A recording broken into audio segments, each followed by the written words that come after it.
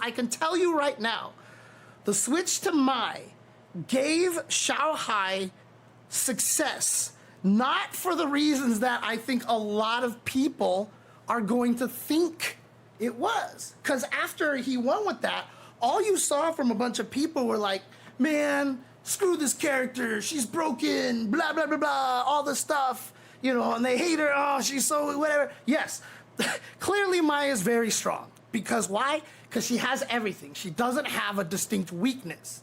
The biggest weakness that she has, which is barely a weakness, is she doesn't have any long-range light attacks, right? She doesn't have that standing light kick like a Ken or a Cammy, etc., which is really useful in footsies, but again, Mai doesn't even really have to play footsies a lot of the times, right?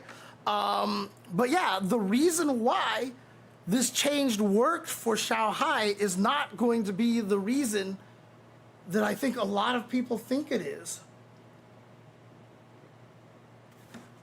And so let's watch this match. Let's watch this match, and I will show you exactly what happened here and why this change was so significant. The question really starts off with is why, so yeah, why does Xiaohai go with this character versus Blaz? And I think one of the reasons why he does this is because Bison is very, very strong in neutral, right? Between stand medium kick, crouching medium punch, you know, the scissor kicks, etc., etc. He's very strong in that way, and obviously he can be very aggressive. And you'll see right away here, see, again, standing medium kick, standing heavy punch, really, really good button here. And so he's trying to fish with the standing medium kick and the standing heavy punch, right? Obviously, because different ranges, you want to make it so Blaz has a harder time knowing the ranges there. And you see that crouching medium punch from Bison coming into play. 2, 3 standing medium kicks right there. Do you see that? Do you see the micro walk from Blaz into the immediate walk back? Watch it again. 1, 2, 3, walk back with punish. So right away, Blaz is showing Xiaohai, like, your character may have better neutral than me, but I'm just good, okay? So I don't know why he got hit. I don't know if it was a side thing or something. But you can see right here, yeah, Xiaohai spending a lot of meter to drive rush in there. But here we go. So Xiaohai was trying to react to a fireball. Fireball, fireball. He was trying to react to another fireball. Blaz did the fake. He came out with this, and I guess Blaz didn't, I mean, he went with the fake, but I guess he wasn't expecting the DI because he tried to jump or do something and he got hit over here. So it's a good start for Xiaohai over here. But then pow, fierce to the face, right? Fierce to the face. And what do we know about Ryu in this game? He hits like a truck, okay? So again, in this situation here, pressure here, trying to keep the pressure in the corner, and look at that. After blocking, I think, was that the scissor kick right there? Yeah, the scissor kick, he just presses fierce, right? Like, he knew that Xiaohai, obviously he's plus in that situation, and he knew that Xiaohai probably wasn't gonna press any light buttons, so he just went with the heaviest button possible. And it hit Xiaohai with his spacing trap, auto whiff punish timing button. You can see counter hit, gets smacked in the face over here. And so Blaz, look at that, drains half of whatever Xiaohai had remaining over there. So he gets this. What he does is he does an early jump attack. He throws out the jump attack because he wants you to try to perfect parry the jump attack. He wants you to perfect parry this, but he times it intentionally so that it misses, so that when you wake up and parry, he gets to react and throw you. He doesn't even have to guess. He just reacts to it and throws you.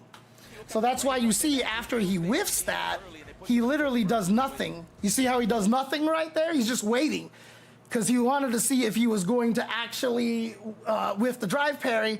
Unfortunately, Xiaohai did not, and he comes back in with the scissor kick, but he was too close, so he's gonna get hit there. And now here we go. Unfortunately for Xiaohai, kind of went for a Hail Mary here with the OD Psycho Crusher.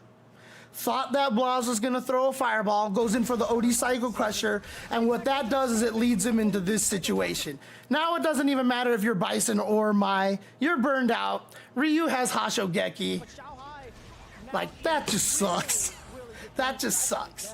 But one of the things that I want to point out, I think that standing heavy punch where Blaz hit Xiaohai after that light scissor kick was a huge thing that will come into play in this match. When Blaz hit him with that standing heavy punch right there, keep that in mind. I think it was a big deal right there. Yeah, people are getting information all the time, for sure, but, you know, just, again, we don't really know what any of these guys are thinking. I can just give my best here, but now look. So we already had Xiaohai landing that standing medium kick 3 times, and then he got him to whiff it, and then he beat him up for it with that sweep. And now here immediately, Blaz getting the whiff punish. Like, start of round 2. Okay, you like standing medium kick, I'm staying. You see how he's just staying right outside of the range of it, sees it, whiff punish, big start over here, gets the Tatsuyu into the corner, life sucks. Now here's one throw. Jeez, I don't even know what he was doing there, but he got it. So Xiaohai gets his crouching medium kick, plants the bomb, less oaky than before that he used to have here. Tries to bait something out of Blaz and doesn't get it here. Hits Blaz out of the air. Okay. Oh, God, again. So what I want you guys to pay attention here in this match here, look at the ranges that Xiaohai is fighting from. Drive rushes back in here, fighting here. He's always in this crouch medium kick, stand medium kick range. See, when Blaz walks away, he chases him down. When Blaz walks forward, Xiaohai stops a little bit. Xiaohai sees him walk forward, keeps attacking at this range, goes with the back heavy kick, kicks him out of the air, keeps pressuring, but again, he is always at this distance here. He's trying to maintain this distance here, and boom, he gets caught out of the scissor kick here. So again, right here, right? So he gets caught out of the scissor kick. So he gets hit right here. Whoops, wrong button. He gets hit right here into this big old thing, into the level 3. And then look, if you're 15 years old and you're beating up all these old men, you're gonna look amused and you're gonna have a good time, okay? I don't even want to address the tweet, but like, bro, this is a 15-year-old kid from Chile. He's having a damn good time. Let him have a damn good time, dude. Like, so Xiaohai's thinking about this. What do I do? Immediately jumps back in with the bison, right? And again, you can see right away, he's trying to establish the footsie. So again, where is Xiaohai at? He is at this range right here, standing medium kick. Standing medium kick, it worked. And so now, what he's doing is, okay, you're trying to get me to whiff standing medium kick, etc. I'm gonna drive rush in there. He definitely needs to throw out standing heavy punches a little bit more again. Because if Blaz is able to get into the range that standing medium kick will miss, standing heavy punch will reach, he'll be plus, he'll be able to do some more aggression that way, right? So he backs off, but guess what again? Xiaohai's back in this space. He wants to maintain this distance because this is where Bison wants to fight. His standing medium kick is good, his light scissors is good, his standing heavy punch is good, crouching strong is good, crouching medium kick is good. And again, I think this is why he's playing the character. He wants to win this neutral versus Blaz by using a character with a ton of really, really good neutral buttons. Oh, there's the heavy punch. Like I said, he has to throw that out a little bit more. Okay, so he gets in there, doesn't convert, gets another trade, but we're back in this space again. So Blaz changes it up with a few fireballs there. And now he's back in this corner again, and you can see it. Xiaohai is really pressuring in this situation here. He's really trying to get this, and he gets the hit over here, gets another follow-up hit. Great backdash by Blaz, and then this is why everyone wants this to be -4 again. But lights into light Hashogeki is a frame trap. And if you get counter hit, it pops you up into the air. Light Hashogeki used to be -4, so Ryu couldn't just throw it out anywhere. They buffed it to be -3, so this sequence is safe for Ryu. But if you press a button in between and get counter hit, you get popped up. And look at this. Look how far he gets out of the corner from there. That's really good. That is, like, if they wanted to nerf something for Ryu, making light Hashogeki -4 again might be the most fair thing to do. because right now it is just light Hashogeki. Just throw it out. They touch a button, you get mad damage, and if they block, it's their turn, but they can't punish you. So good wake up buttons there, the timing from Xiaohai. But again, comes back in very close. And look at this, Blaz is not even scared of the bomb. And then, you know, again, the close range fighting from Xiaohai leads to this perfect parry. And look what happens after this.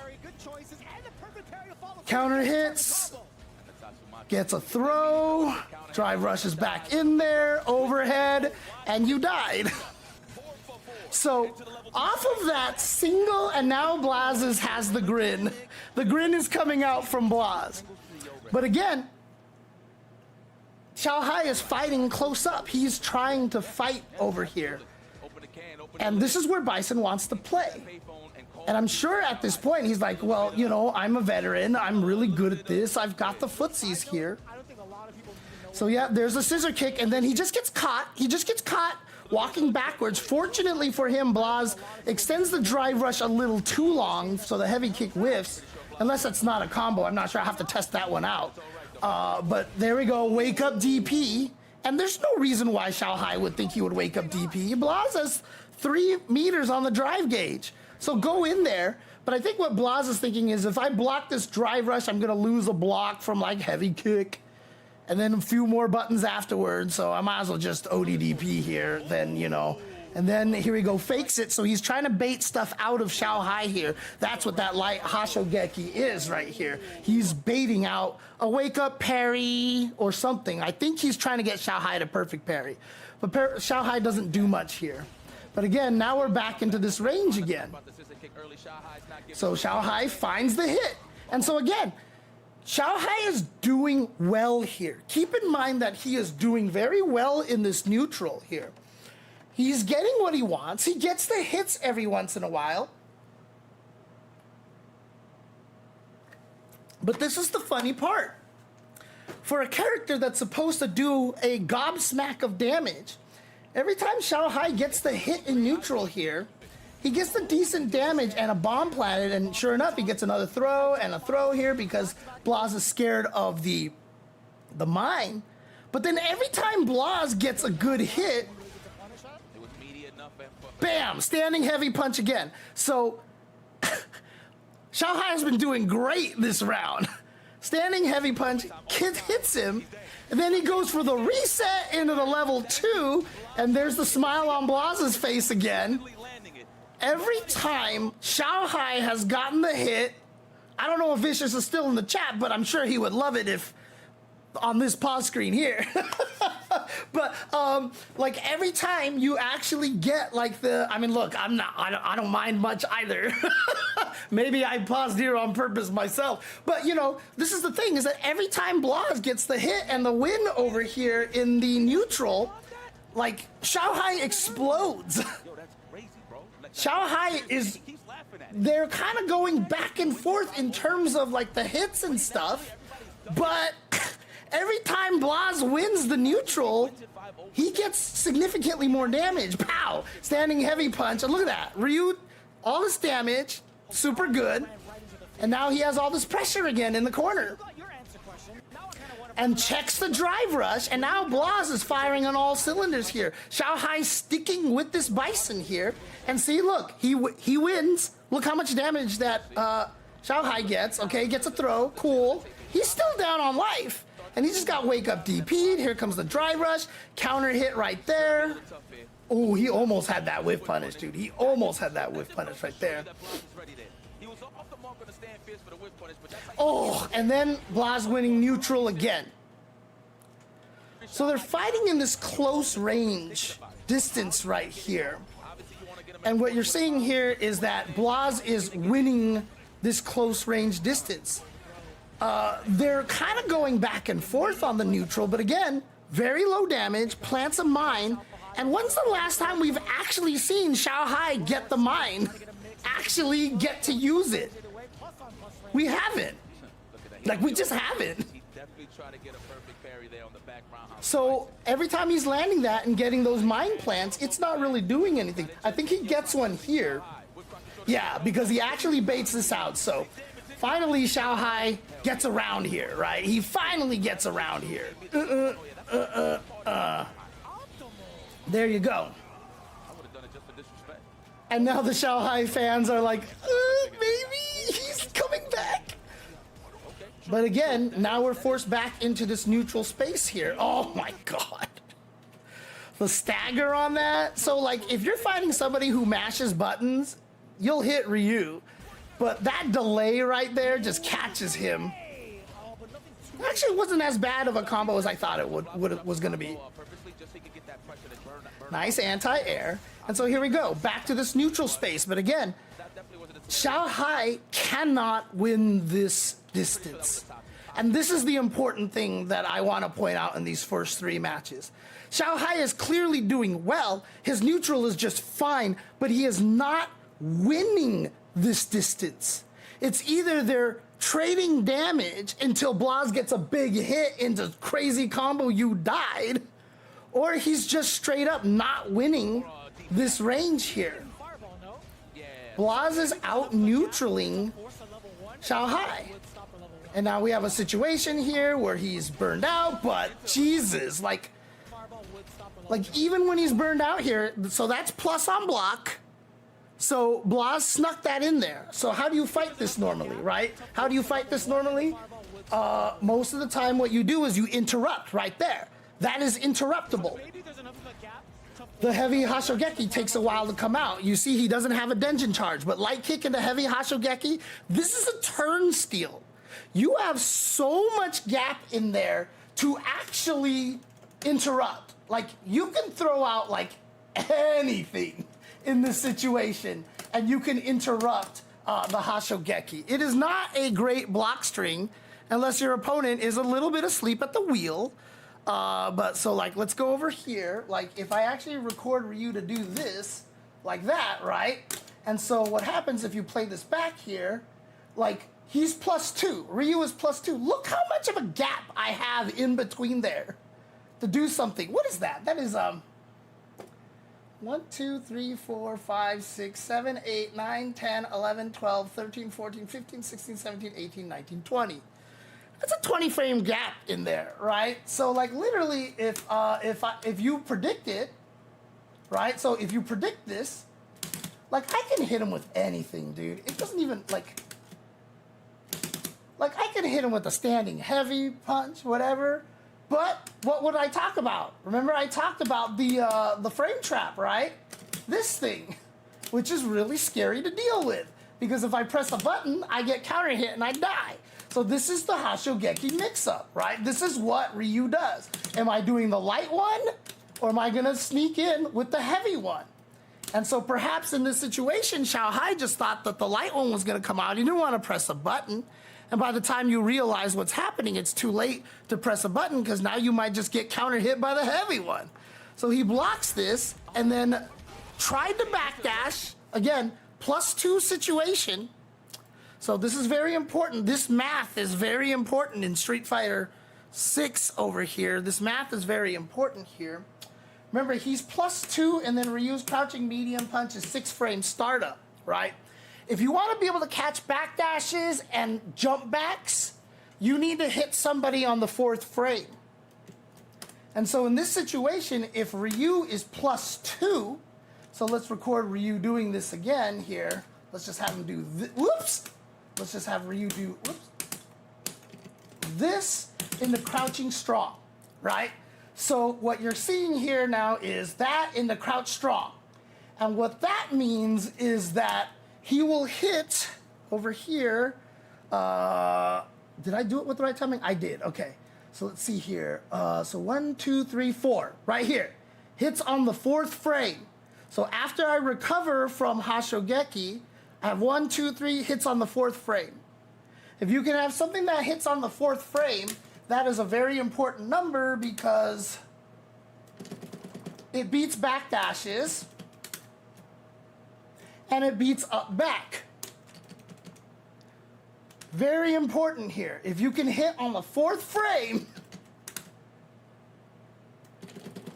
it will hit up back and hit back dashes.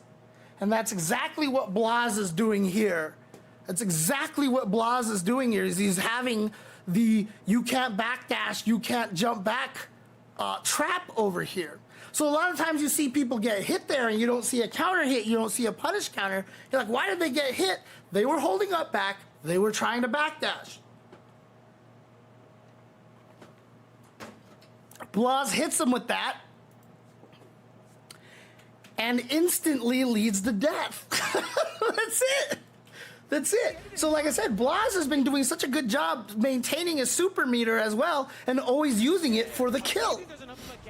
So he gets this situation here, right? Okay, and then Blaz sneaks that in there. +2. Pow. That was clearly a backdash. At least I think it was. The way that Bison looked like he was moving, I think it was the startup of a backdash. Gets hit. He's burnt out. Doesn't matter. Just goes right into the level 3. Is this gonna kill? It's not gonna kill. It's not gonna kill. Yeah, so still alive, but I mean, you are just not in a fun situation here.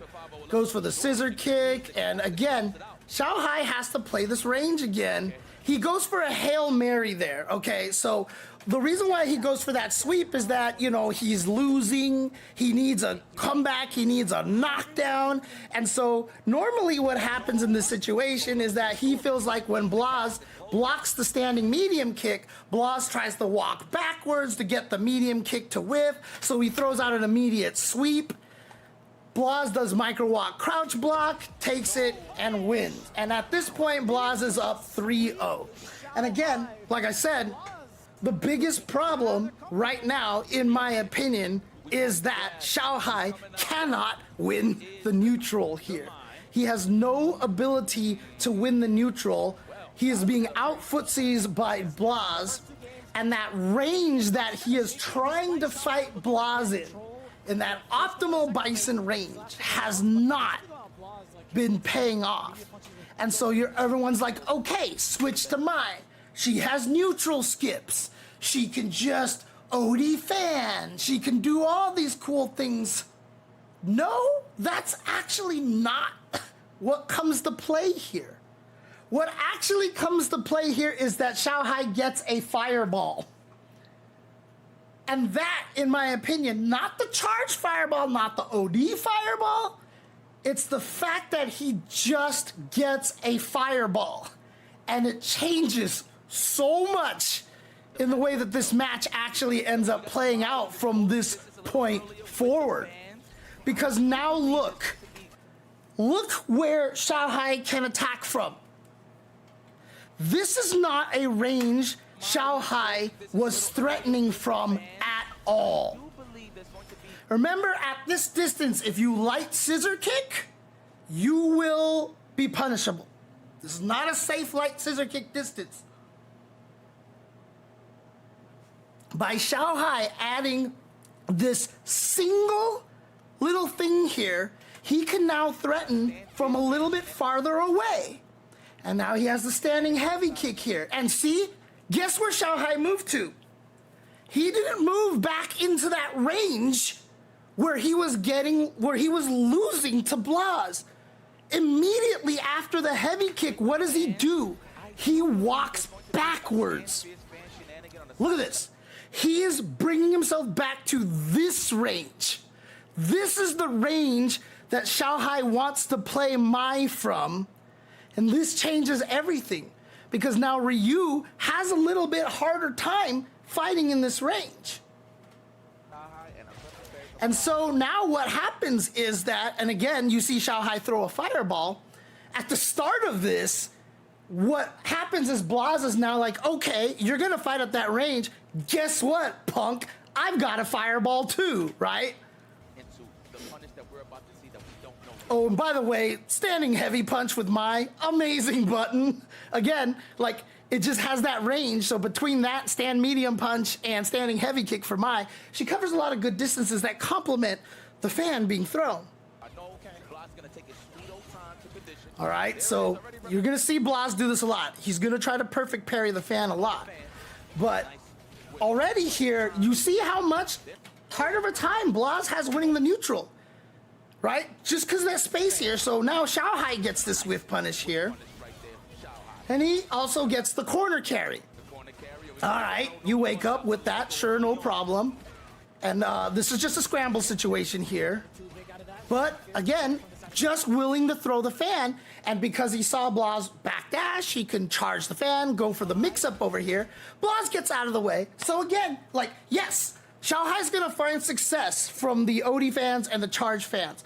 Clearly one of the strongest things that Mai has. That is not why he wins, okay? I'm just telling you, everybody out there who hates Mai and thinks OD fans and charge fans are the cheapest thing in the world, that is not why he wins. He wins because he gets to control this space here. And again, even Xiaohai knows that this space, this distance is becoming uncomfortable for Blaz. And Blaz will probably throw a fireball. Xiaohai, the of reactions, like I said, knew that he was gonna throw a fireball. He had the drive impact ready for it right away. And so because now Xiaohai is able to control this match at this range, it actually hampers what Blaz was doing to his Bison. How many times did Blaz just hit that crouching medium punch or the standing heavy punch to the face to Xiaohai and win matches? Or, hey, you weren't paying attention, I sneak in a Hashogeki, now you gotta deal with this dumb little mini game. Xiaohai is like, you know what? I can't win that against you. And you know what? There's a lot of like nice little pride swallowing here. He's like, I can't beat you in that range. You know what? Screw it. Let's go to Mai. And so Mai, look at this distance that he's playing now. He's playing so much more defensive and he's playing so much more patient all of a sudden. And that's a huge problem too. I don't know if Xiaohai knew that. Kinabalu in the chat says Blaz's father said nobody in Chile is playing Mai, so he doesn't have that much experience with Mai. This is important to note here. Blaz and Cryme, they're so good. Those two have the potential to turn each other into the best players like on the planet. Like they're so good. And what they gotta do is do what Angry Bird and Big Bird do. Play everybody. Play everybody and just fight each other with every single one of those characters over and over again and keep telling each other what they're doing wrong and what they're losing to. And as long as those two stay training partners, like I feel like it could be over for so many people. Hey, thank you for the raid, Deadly Rave Neo. You're the Deadly Raid Neo now. So yeah, let me see. Would it serve Blaz better to risk getting DP'd but jumps in more to make Xiaohai second guess fan tosses? Probably, because we didn't see Blaz. We don't see Blaz jump that much. At least from my memory, I don't think Blaz like jumped ever. Like I think he just tried to fight the footsies a lot, but he definitely did get anti-aired a couple of times. So even then, Xiaohai has really good anti-air reactions, right? So he was able to snipe a lot of those out. Yeah, No, I'm not saying that they're not. Clearly, Blaz and Cryme are doing that, but you know, one of the key things is going to be that they're just going to have to play every goddamn character. And I'm sure they're doing it. That's why Blaz had a Jamie at one of the World Warrior finals and blew a bunch of people up. The interesting thing about Erinim asks, how do you beat Mai?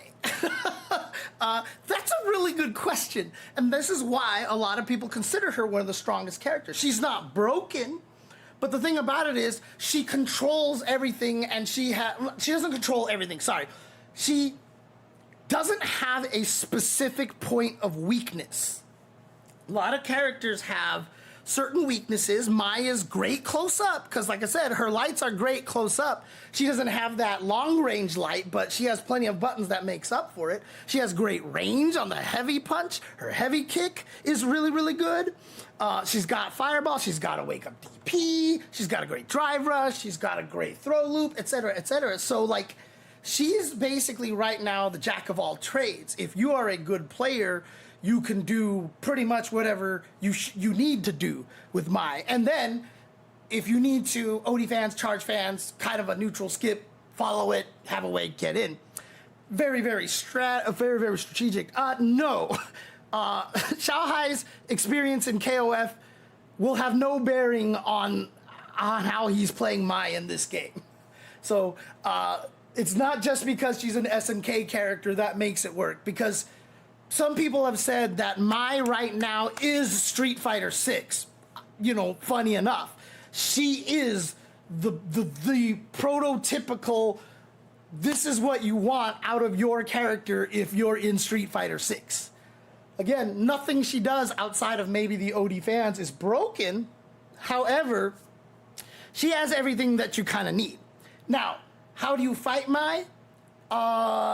You have to have really good defense, because the biggest thing that you have to do, in my opinion, to fight Mai is to very, very much pay attention to her drive gauge. Especially if you're fighting online against a lot of lower level Mais. OD fan is a crutch. And if you can learn how to survive an OD fan mix-up, and again, there is no answer on how to survive the OD fan mix-up. If Mai throws an OD fan, that drive rushes after you and goes for a low, a mid, a throw, whatever like that, yeah, your life sucks. It just does. Like, that's one of the beautiful things about her character, why she is so strong and why a lot of top players use her. But the thing about it is, if you survive that, you have to realize she just spent 3 blocks of her drive gauge. OD fan, drive rush. There goes 3 blocks of her drive gauge. So if she tries it again, she'll burn herself out.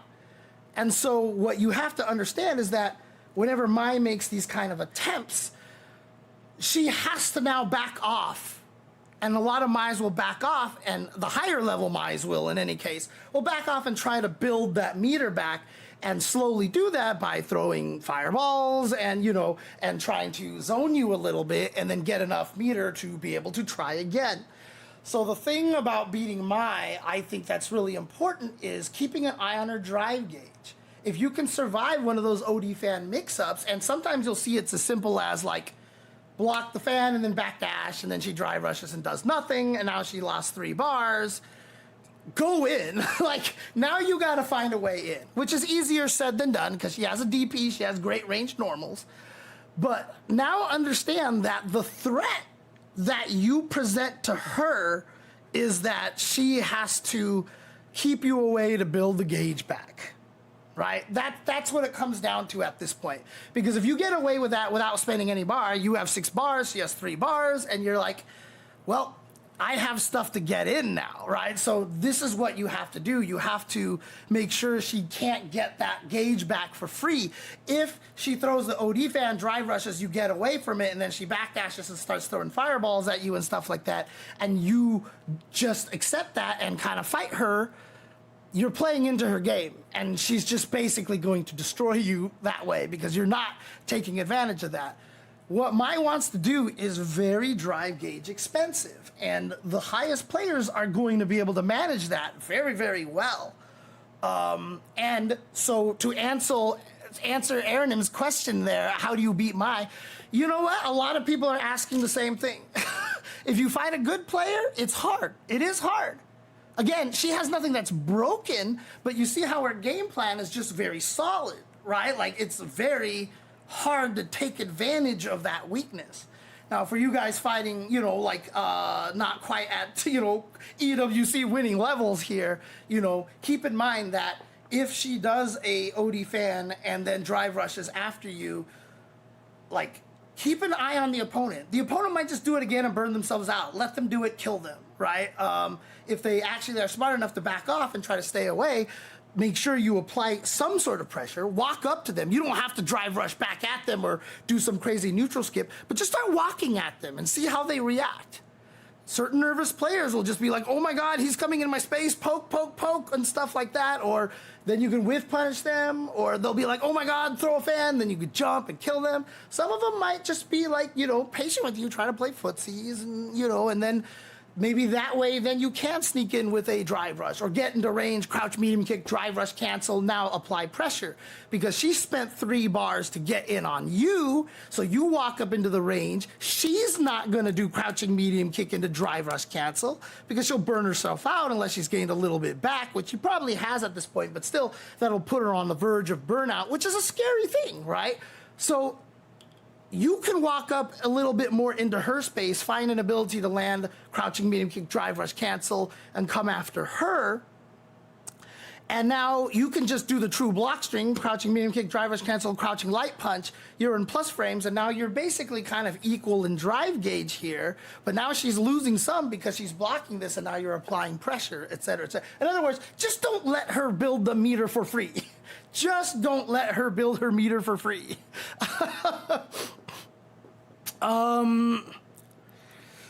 Most of the regular fans can be punched out of the air. Could that help? It could, but if you're too far away and you punch the fan, she may drive rush after it and hit you out of your button, so that's actually kind of scary. And yes, actually getting better at perfect pairing fans helps a lot.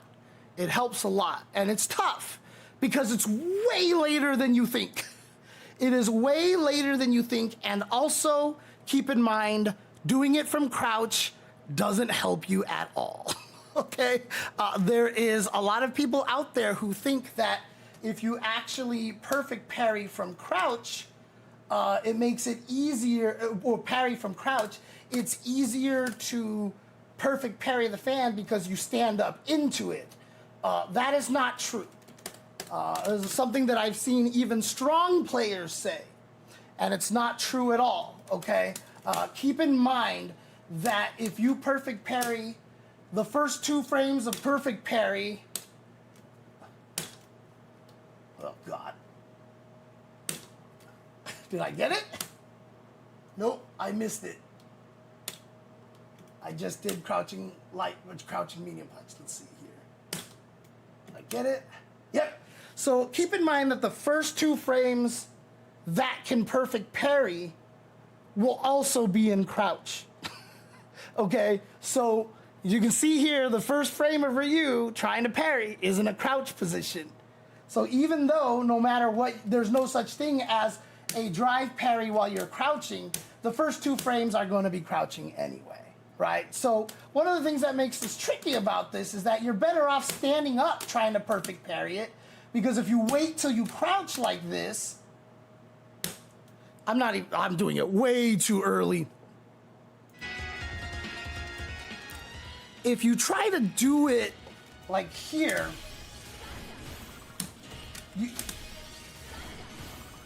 even if I perfect parry it, like there was the perfect parry right there, I believe, I have to wait so many frames for that fan to get to me that Mai has a lot of time to do all sorts of things. So you're always going to be better off standing up.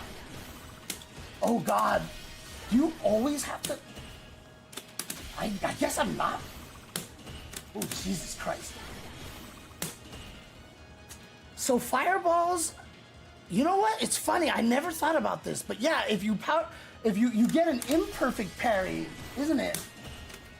In it. Nope. That's actually, no, there it is. Okay, I was right. You could do it from crouching. I was actually doing it too early. But you can see how trying to crouch perfect parry the fan is just not a good idea. So try to stand perfect parry the fan, because 1, you'll perfect parry it way earlier. No, that's it. You'll perfect parry it way earlier so that Mai has less of an ability to come and attack you. So one of the reasons why I've said that sometimes I think the nerf to Mai that you can walk away from the fan is actually kind of helpful for Mai, is because I want to hold back and stand up and perfect parry this thing. But now if I walk backwards, I you know, like I move out of the range, and sometimes, like if you're kind of in a, let's do a different strength one here. So let's just do the, oh, that's right, on OD it's the same. Let's do, I think there's a, whoops. Let's do medium fan like this. Nope, let's try light one here. I think the light one is gonna do it here, yeah.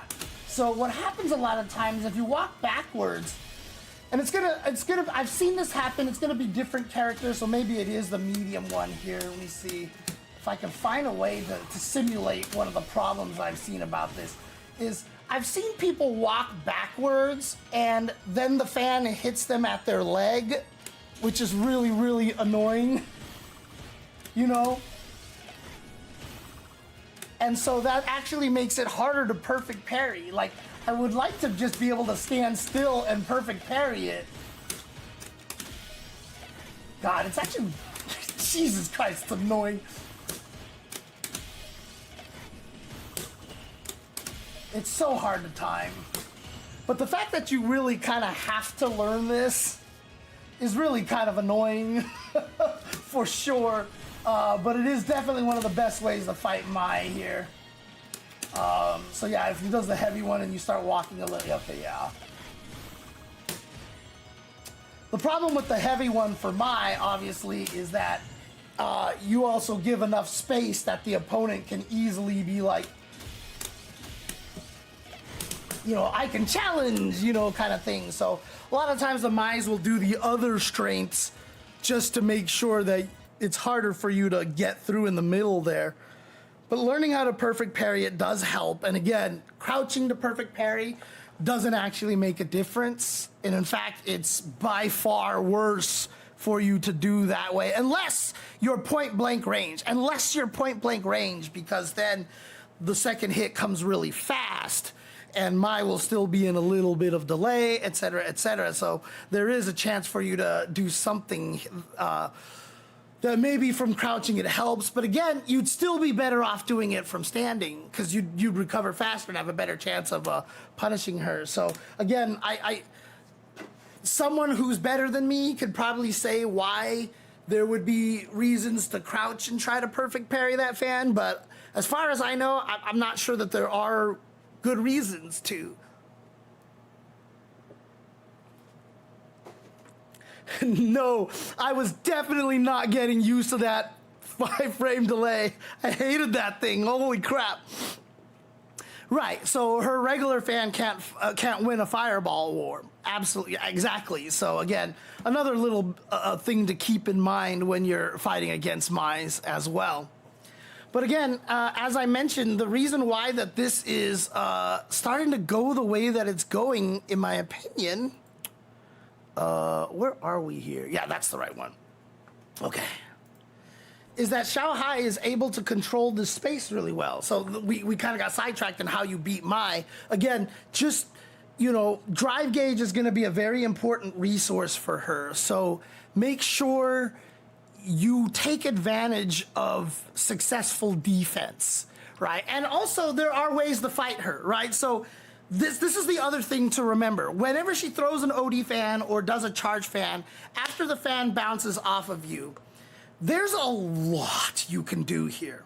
You can backdash, you can walk backwards, you can press a button. If you have a good sweep that moves you forward, then the fan will go over your head. Pay attention to which height fan it is. You can try to DP. You can try to find a move that knocks down so that you trade with the fan, but that's fine. You get out of that situation. You could try to perfect parry the fan on the way down. You could jump into the fan and confuse her. Like, she's like, wait, I wasn't ready to juggle you out of this. Like, you could do all sorts of things here. Test everything that you've got. Like, check to see if I do this combo, do I slide under the fan fast enough and I get away?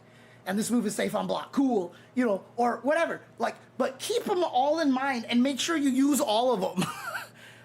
The key is that you have to make sure that the Mai has no idea which one you're going to do.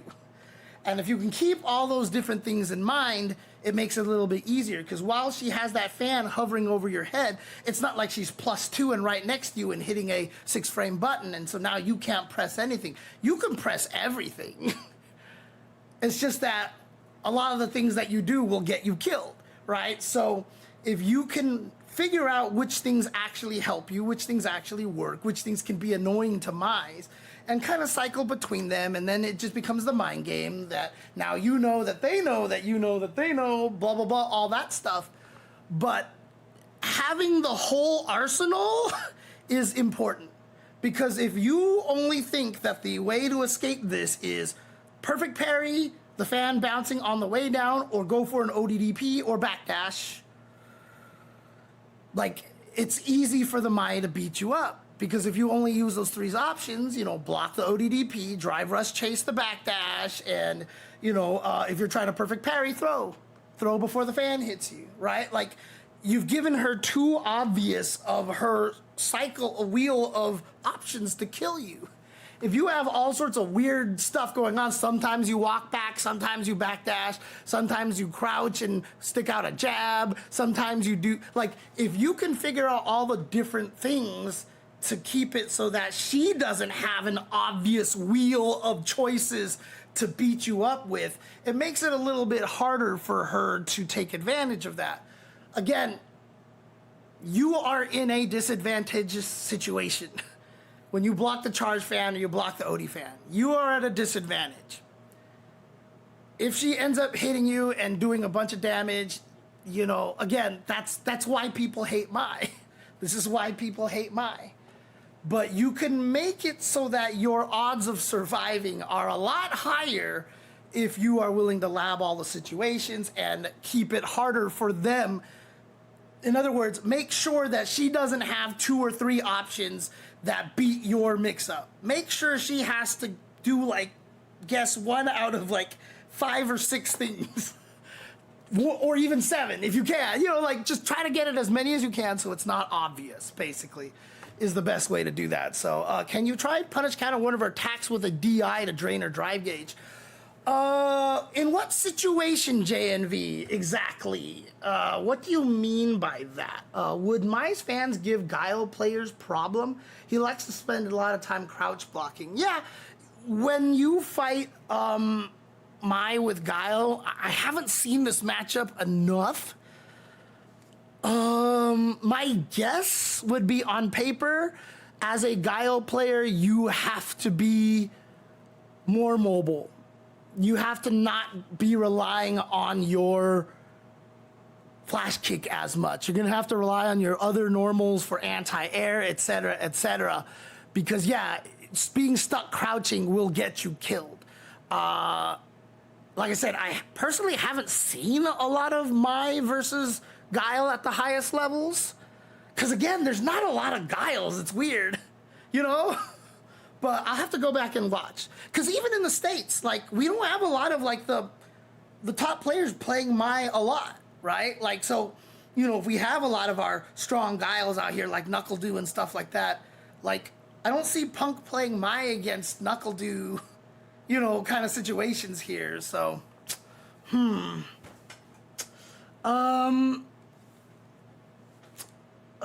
I think annoying things like this should either be changed or nerfed because nobody wants to learn that against an SNK character in Street Fighter.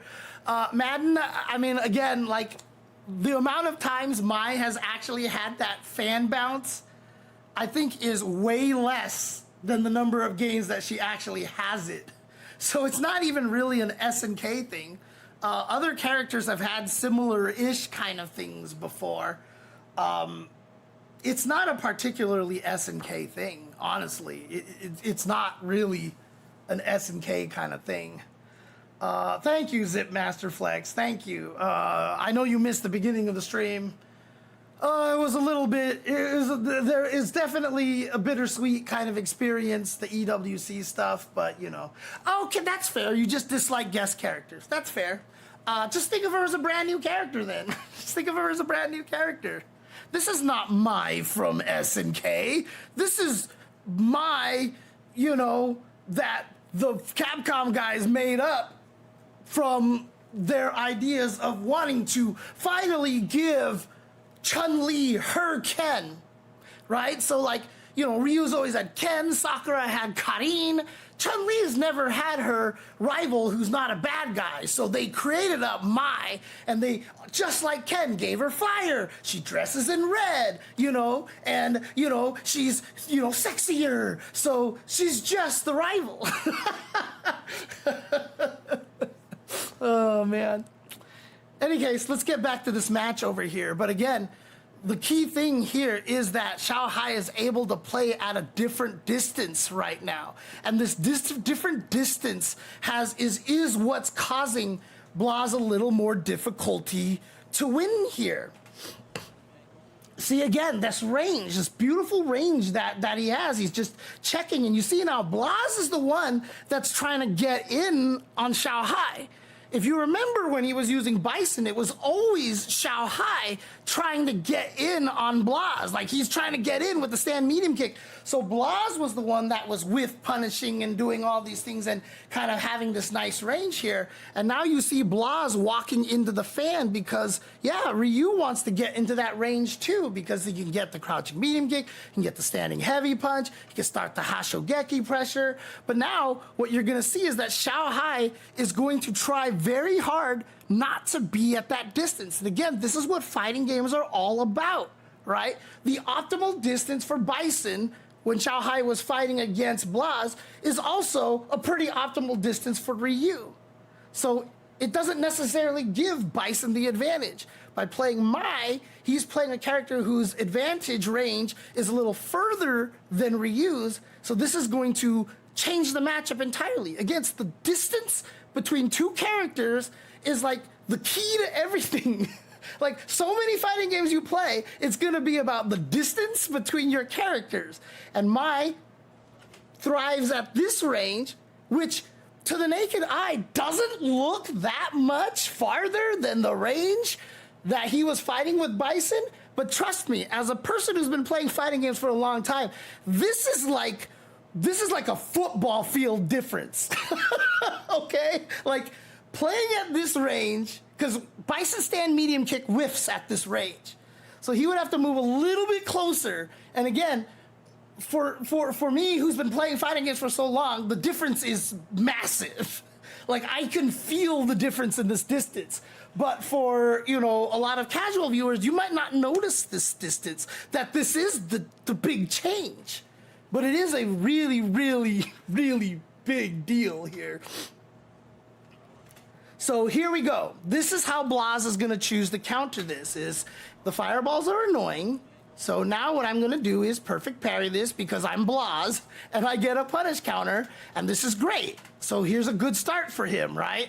But unfortunately, if I'm not mistaken, as soon as you perfect parry, if I'm not mistaken, and we'll check this, maybe we'll check this again a little bit later on, but when you perfect parry, even the fireball, I believe that triggers the scaling until the opponent gets to neutral. And because this is a punish counter, she doesn't get to neutral. So drive rush jab, like, I feel like that should have did way more damage, right? That looks like perfect parry damage right there. So I'm pretty sure even though you perfect parry the projectile, as long as you hit them out of the recovery, you get the perfect parry scaling at this point. In fact, you know what? Why are we even wondering? Why are we wondering? Again, this is what training mode is for. Freaking test it out, man. Like, freaking test it out. And this is what makes training mode so cool, right? So in other words, what I'm going to do here is I'm going to record to do this, right? And so I'm just going to do this and, ooh, oh my God. Oh my God. Jesus Christ. Wait, I don't have to walk back to do this, right? Do I have to walk back to do this? No, I don't. Okay, sick. That makes it easier.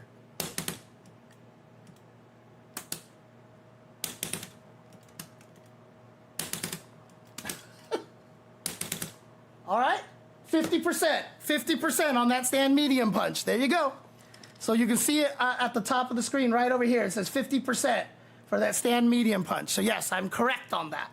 So even perfect parrying a projectile causes the scaling to happen until the opponent goes back to neutral. So if you get a punish counter, you get scaled damage. So again, Blaz successfully perfect parried that fireball, the fan, hit him. But now remember what we were talking about in the previous time is that every time Xiaohai was right, he wasn't doing as much damage as Blaz. And so in this kind of situation here, that's a really big discouragement for there. But if you're Xiaohai, you're like, well, you have to perfect parry my fireballs and you're going to get less damage. So your reward's not as high. Why is this going to discourage me from throwing fireballs? Like, I can keep throwing different speed fireballs, messing you up. And if you're just trying to perfect parry fireballs to drive rush in there and do that damage, bring it on. Bring it on.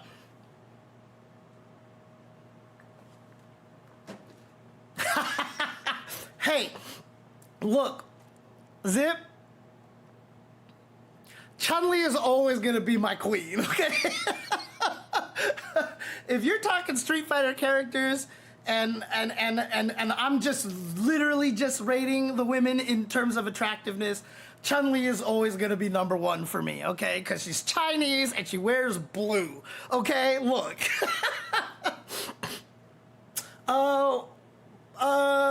Frank KOF, we'll take a look.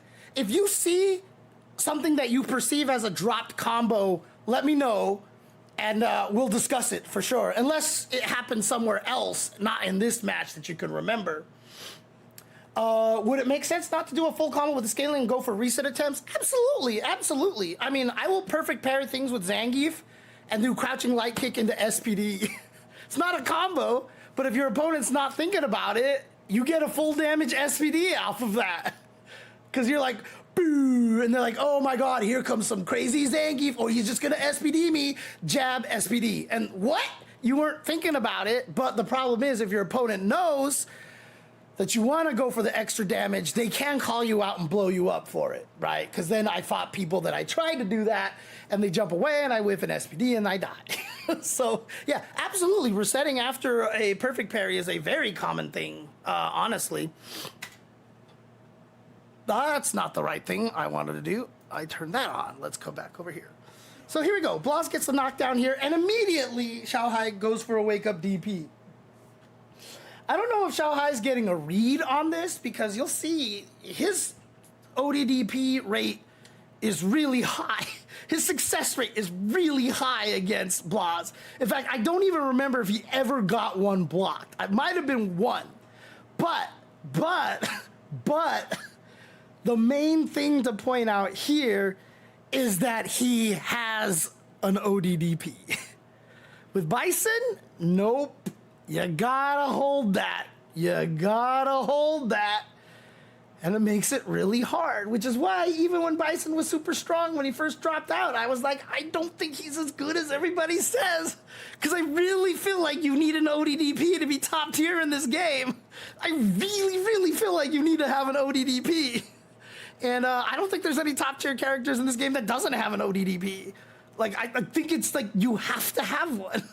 And so, you know, having one is always going to be better than not having one. And in fact, you know, the question, would you DP for $1 million or would you DP for $120? Xiaohai got asked that question. So there we go. So now he's turned things around. But see, here's the important part here. He gets the ODDP and he does go in on Blaz, right? So he's breaking that distance that I told you that he wants to be optimized. But this is Street Fighter 6. When you get the knockdown, you go for the mix-up. You take advantage of the Oki.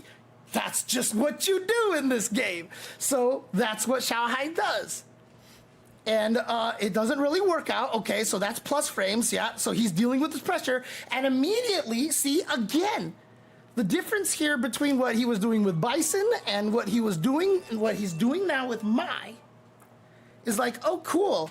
I got this space here. What does he do? He walks back and throws a fireball, right? Try to perfect parry it. Didn't get it, right? Try as often as you want. Try as often you want. But guess what? Look where Xiaohai went back to, right? He's not trying to be aggressive. He micro-walked and then he walked back. He is back at this range again. And by staying at this range, he's neutralizing a lot of Blaz's high damage from landing the standing heavy punch, the crouching medium kick, the crouching medium punch, etc., etc. And again, he knows how annoying this distance is, and that's going to tempt Blaz to throw fireballs. And so he busts this out for the second time here. Double dashing just to get closer to the corner to build up those power-up fans. And there you go. Again, so now being at this range over here, you see how much farther Blaz has to travel to go for the overhead. Still pretty fast. I think this is not anything crazy. I think Xiaohai just had the check ready to go. I'm not going to pretend like, oh my God, this is some crazy. Like sometimes it's just like, I pressed the button and I won. Sometimes it just happens. Oh man, I play Bison again since 4 weeks. Took me almost 1.5 years to pick him up again in Street Fighter 6 because in 4 and 5 he had so much swag combos. He has a lot of swag combos in this game too.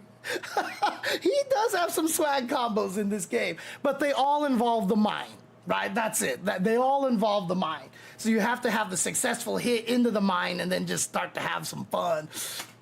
But here we go again. So like I said, because this is Street Fighter 6, you know, you get the knockdown here, you got to go for the pressure. You have to go for the pressure. So he goes for a shimmy right there, doesn't really work out. And the powered up fans help right there because safer on block, 2 hits right there. So the frame data is going to be much better for Mai in this situation. Here, I'll show you. Why do I keep doing that? I need to switch to this is what I need to do. So if mine does, you know, just a heavy fan like this and I block it, right, she's -7, but I'm at this range here where, you know, I can still be kind of a threat. She kind of has to be cautious over here. I might not necessarily be able to punish her, but she has to think about it. But if Mai has flame stocks on, it hits me twice and now she's +1, right? So let's do exact distances here. Over here, oh, that's too close here. Actually, let's try something really quick. Here, boom. -11, right? -11. Let's try another distance here. Let's try, let's try this, like so, right? So here, she's +3, so that's still too far away. Let's do, what else? Okay, that moves me a little forward. So let's try that, and then play her back here. Boom. -8, all right, okay. And then we change her to have flame stocks here, and I do the same thing, like so. Boom, now she's +4. So she, she went from -8 to +4, right? No, she went to -4, I'm sorry. She went from -8 to -4, right? I was looking at the wrong one. Yeah, so I'm +4. I'm +4, but if we take away this, like this, oops, I do this, like so. But now she's -8. So again, having the charged up fan just makes it so that you can cancel into the fan, and now the opponent can't take advantage of the minus frames as much. So it makes a big deal to have those flame stocks. Those flame stocks are nice to have. They definitely make it so that you can pressure a little bit here. So and be safer and not lose your turn as badly. All right, and there it is. There it is. Blaz did try to jump over the fan. He did try to jump. But Xiaohai was ready, did not fireball, had the pressure, and there you go. And then, you know, he has a charge up fan here, just does this combo to the OD. You gotta guess here, and this is the power of Mai. This is why Mai is considered top tier. What does Blaz do? He stands up. Xiaohai goes crouching light kick, pop, or light punch. Actually, it's a counter hit. Ooh, so Blaz actually tried to press. So he gets hit here, pow, the end, game over. And so Xiaohai puts the first game on the board. So already we see why the change has helped. And again, the only time Xiaohai got a cool my mix-up was right there.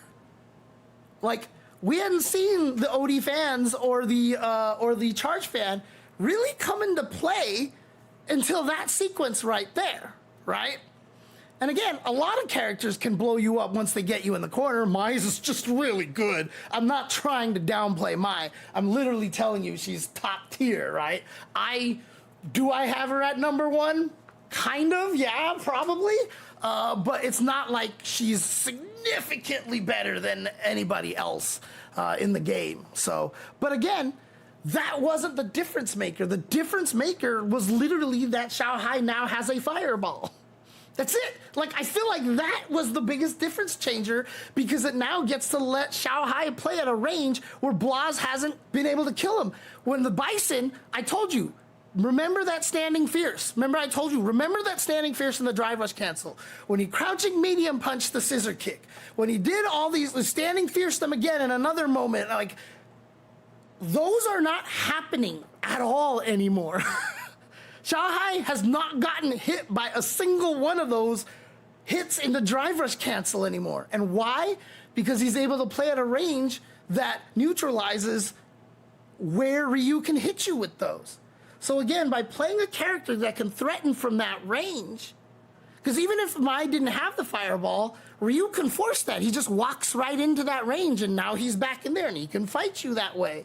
But by playing Mai, who has a standing heavy punch, a standing medium punch, and a fireball, he gets to maintain this distance that has now prevented Blaz from all of his round winners. Like, if you remember those first three games, like, it was always like, I got a random hit in the drive rush cancel, oh, cheeky overhead reset, or I just have enough meter to kill you.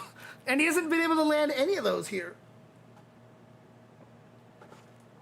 So it's a very, very tough situation here now for Blaz. So again, see, and because of that standing heavy punch, which is hits so far and is cancelable, like as soon as he walks into the range that he wants to be, bonk, fireball, bonk, and guess what? Hey, you're back over there again. And now we see Blaz doesn't like that, so he's gonna drive rush in. You can already see now, Blaz is trying to do something different now. He's trying to be a little more aggressive. He blocks the fireball, like I said, -8, right? We just checked it. That probably wasn't exactly -8, but it's gonna be minus something. And so this is the situation where, oh, you're minus? I can start a drive rush while you're still recovering from your fireball. So he tries to take advantage of the minus frames, not by punishing, but by able to move forward. So again, knowing that that situation is minus for Mai gives you the knowledge that you can advance in a more threatening way. If this was just a neutral, Xiaohai would check this drive rush every time. But because it was a minus situation and now he drive rushes and not only minus, but ambiguously minus, Xiaohai is just gonna defend. Because he's scared. Like, he doesn't know exactly how minus it is, so I don't know what to press here. Drive rush, so he's just gonna defend. But look at this. Now Blaz has spent all of his drive gauge. Like, there it is. It's like all of his drive gauge is gone. And so by trying to be aggressive here, he's burned out a lot of his drive gauge here. And then what does Xiaohai do again? What does Xiaohai do after this trade? Okay, he just walks away. He walks away again to that distance and he throws a fireball. Like, it's crazy. Like, Blaz is obviously trying to bait out a wake up here because he's like, oh, you have enough gauge that if you DP me, you still have an advantage. So it's totally worth it to do an ODDP right here. So I'm going to bait it out. And instead, Xiaohai walks away. Thank you for the distance. But Blaz gets the perfect parry. Oh, but he doesn't actually do anything off of it. Ah! Okay, so yeah, he doesn't do anything off of it here. And then here, this is one of Mai's mix-ups. Drive rush, crouching light kick. I don't know what Blaz's trying to do. He didn't crouch block. And this is just one of Mai's mix-ups. And again, the reason why Xiaohai did it is because, like I said, one of the reasons ways to beat Mai is to take advantage when she has low drive gauge. The problem is, what if your drive gauge is low then she feels like she can throw this. And look, she still has more drive gauge. Even after the drive rush, she still has more drive gauge. So why not, right? Do this and you're still equal in drive gauge. Gets the hit, gets the combo. And again, this is Street Fighter, so you go, this is Street Fighter 6. Go for your Oki. Misses the throw. Oh my God. And then just gets bonked. I'm not even sure what happens. And this is a scramble right here. Miss, bonk. Very fortunate for Xiaohai. But again, what happens? Xiaohai backs away. Back at the distance again. You see how much Xiaohai is forcing this range here. This is the range that he wants. And Blaz never was able to get through this with Ryu. Ryu was unable to fight at this range, and see, he's throwing the light Hashogeki because he's trying to bait out a response right here. Maybe the drive impact, so he can counter drive impact. He does get the parry, so he has the plus frame, so he tries to take advantage of it. But he swings with a heavy. Xiaohai just happens to press, and he actually gets the counter hit here, which is going to combo, but he wasn't sure if it was going to hit. So you see what Blaz is doing now. He's trying to bait stuff out of Xiaohai. He's trying to get Xiaohai to burn himself out by whiffing drive parries right now. That's what these Hashogekis are about. Because when you whiff those drive parries, watch. Look at that. So Xiaohai just lost half a block of drive gauge. And now you get to force him to block more. So he's just trying to get him to whiff those so he can get Mai to lower drive gauge. Like I said, that's one of the things that you want to do to fight Mai, is if you can get her drive gauge low, she gets very expensive at that point. Like I said, OD drive, remember that thing that he did earlier was OD fan and a drive rush crouching light kick. He can't do that now. Because if Xiaohai does that, he will have a tiny bit of drive gauge left. So this is what Blaz is trying to do. He is trying to keep Xiaohai at a lower drive gauge. And one of the things he's trying to do is to get Xiaohai to try to parry fireballs, but throwing out light Hashogekis instead. We saw him succeed at that one time, so it did drain a little bit of his drive gauge. And so now Blaz is in a little bit of an advantageous situation. But you can see Blaz is changing his strategy. He's trying to approach this in a way that he can kind of take away what Mai wants to do, right? That's a lot of mental interactions going in a small time frame. These guys are next level. Yes. This is why they are winning hundreds of thousands of dollars, and we are not.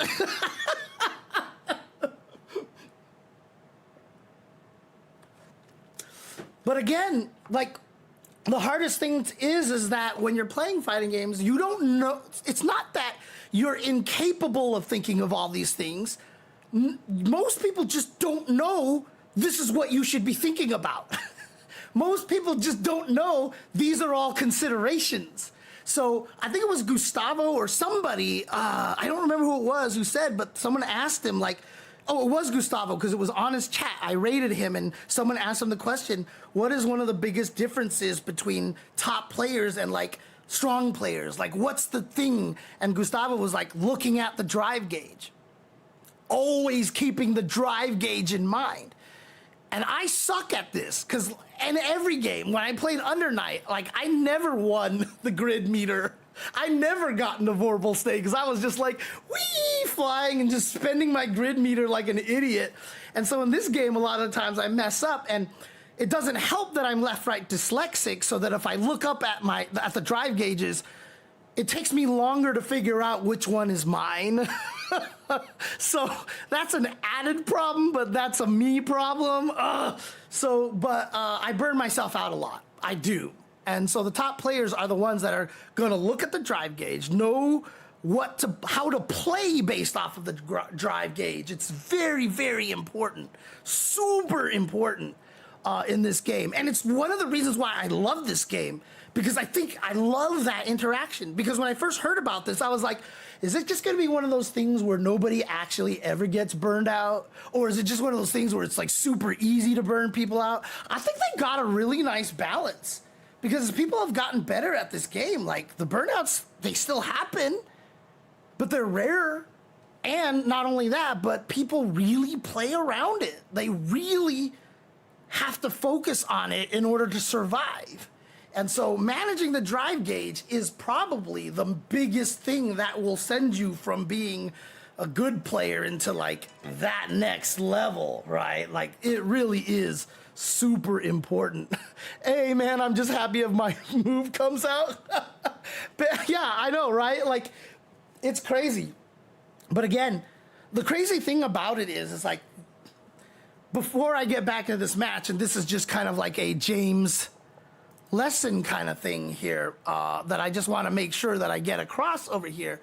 It sounds intimidating as fuck, right? Like, let's be honest with here. You're like, I'm never going to get good at this. God, I don't want to think about the drive gauge or, oh, do I really have to do blah, blah, blah, blah. Again, you don't have to get there right away, okay?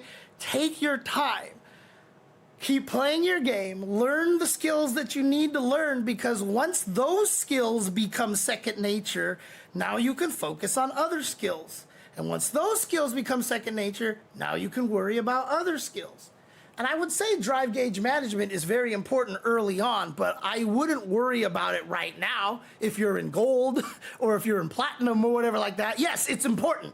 Yes, if you can, yeah, think about it, but like, get good at the things that you need to get good at, like anti-airing and optimally punishing a whiffed DP, you know, things like that. Get good at those, and once it gets to the point where as soon as you see a whiffed DP, you already know what combo you need to do.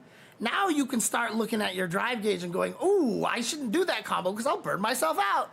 You know, you can learn these things little by little. Take your time, and it's a very high level thing, so don't worry about it. But the other thing I want to add to that is, yes, it sounds intimidating, but God damn it, when you get there and you are like, wait, I'm going to start drive gauge management, and you start seeing the opponent close to burnout, and you're like, wait, I should attack his drive gauge, not his health, and you go after his drive gauge and you burn him out, and then you DI him into the corner and you kill him.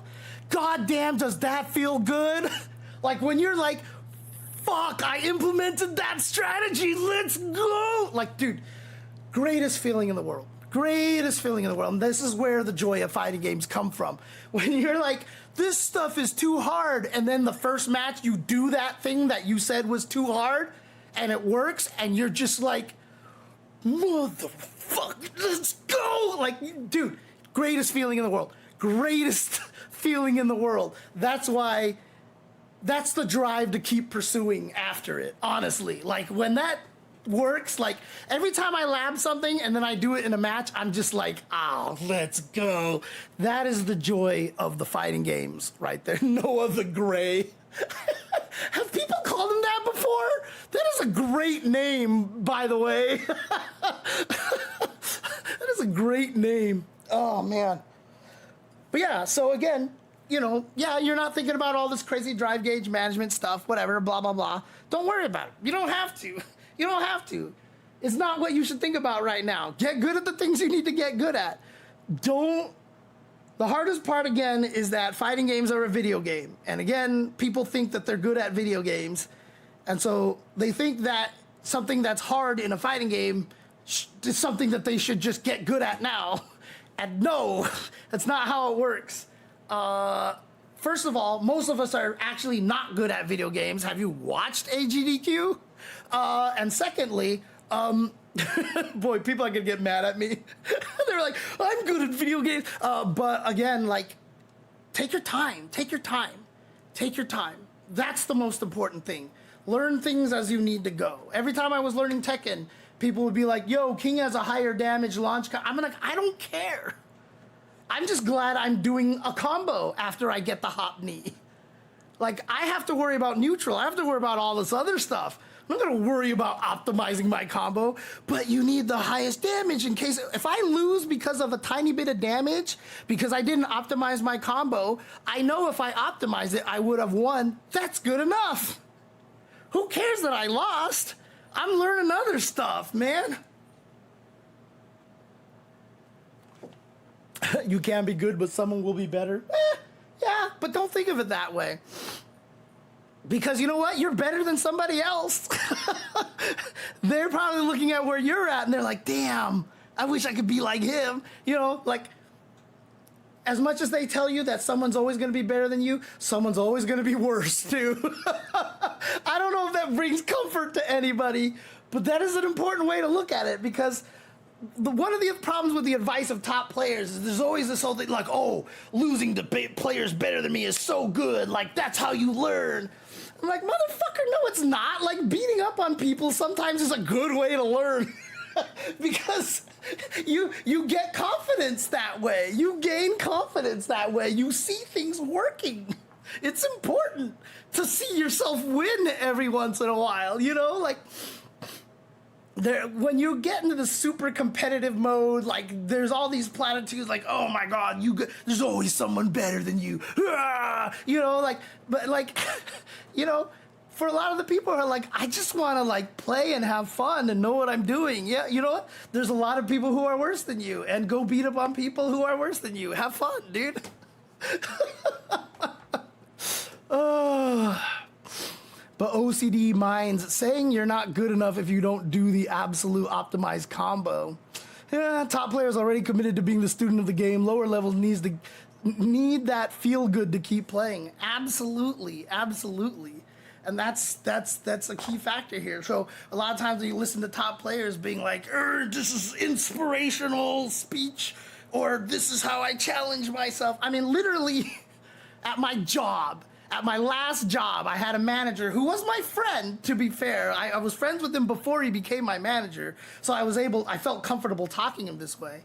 But I finished a project that he wanted me to do, and I handed it, and he's like, this was really good, but I think you could have added these kind of things. And I was like, hold on, stop. And he was like, what? I was like, look, I function better when you tell me I did good. I understand what you're doing.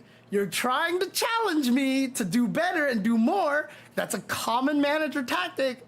Doesn't work on me. I just feel bad that I didn't do the things. I'm like, oh, he's right.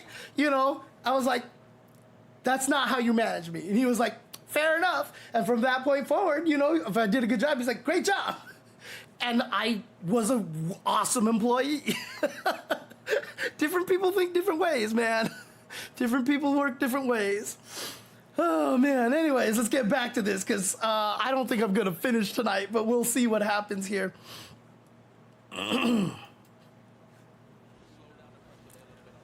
Oh, well, that was an unfortunate situation. So right here, what happened here is that Xiaohai tried to press heavy kick, was not expecting Blaz to walk forward. So because Blaz blocks this here at this range now, he's in that danger range, and guess what? As soon as he got in this danger range, Blaz gets a big hit on him, right? And then again, wake up DP. Wake up DP from Xiaohai a lot. And that's the second one we've seen now, and he's landed it. So like I said, his success rate is very high. Now, don't get me wrong, Blaz has tried to bait out waking up DPs before, but just hasn't managed to successfully do it a couple of times. So Xiaohai is doing a good job mixing it up. But again, as a person who's been playing fighting games forever, look how Xiaohai is reacting to Blaz. Do you see this? Do you see this? Blaz is now trying to push forward. He doesn't like that range. So he's pushing forward, and look at this. Xiaohai, he's just walking backwards. He's like, get me out of here. I don't want to be there. And then he recognizes Blaz was trying to be aggressive, so he wanted to change up from walking backwards to crouching medium kick, maybe catching Blaz walking forward. That's not what happened. And now we have this situation here where Blaz, oh man. Yeah, a little bit scrambly there, and nice ODDP there, but Blaz has to burn himself out to do that, so he couldn't drive rush in afterwards, right? So after this ODDP, this is great, but he couldn't drive rush in. I don't know what Blaz does here. He like just kind of sat there for a second, like he might have been pressing the parry buttons and then was like, crap, I can't, no, because then he would have attacked. I don't know, he just stood there for a second. He actually just, I mean, honestly, he might have just been lost for half a second. Like, what should I do? Should I go in? Should I throw fireball? Go in, go in. So he dashes up, and unfortunately, burned out situation makes it really hard for him. And that was him trying to predict a fireball. He was trying to beat the fan with that. So he's been trying to find ways to defeat the fan. So he backdashes here. He builds that distance. Most people would throw a fan here, so he tatsus. I don't even think Xiaohai was ready for this. He was like, what? Because clearly he didn't punish here. But again, because Blaz is burned out here, what does he do in this situation, right? Throw an OD fan. You're in range for crouching light kick. You don't even have to worry about an ODDP or anything. Crouching light kick, pout, boom, bam. Obviously, Blaz could have tried to do a level 1 super, perhaps. But Xiaohai obviously looking very strong again. Okay, and now switches a little bit to the offense. But see, look at this. How fascinating, right? He gets the throw, and instead of drive rushing in and trying to be aggressive, he just throws a fireball. And Blaz, who's frustrated by this, tries to level 1 super it. And it just doesn't work.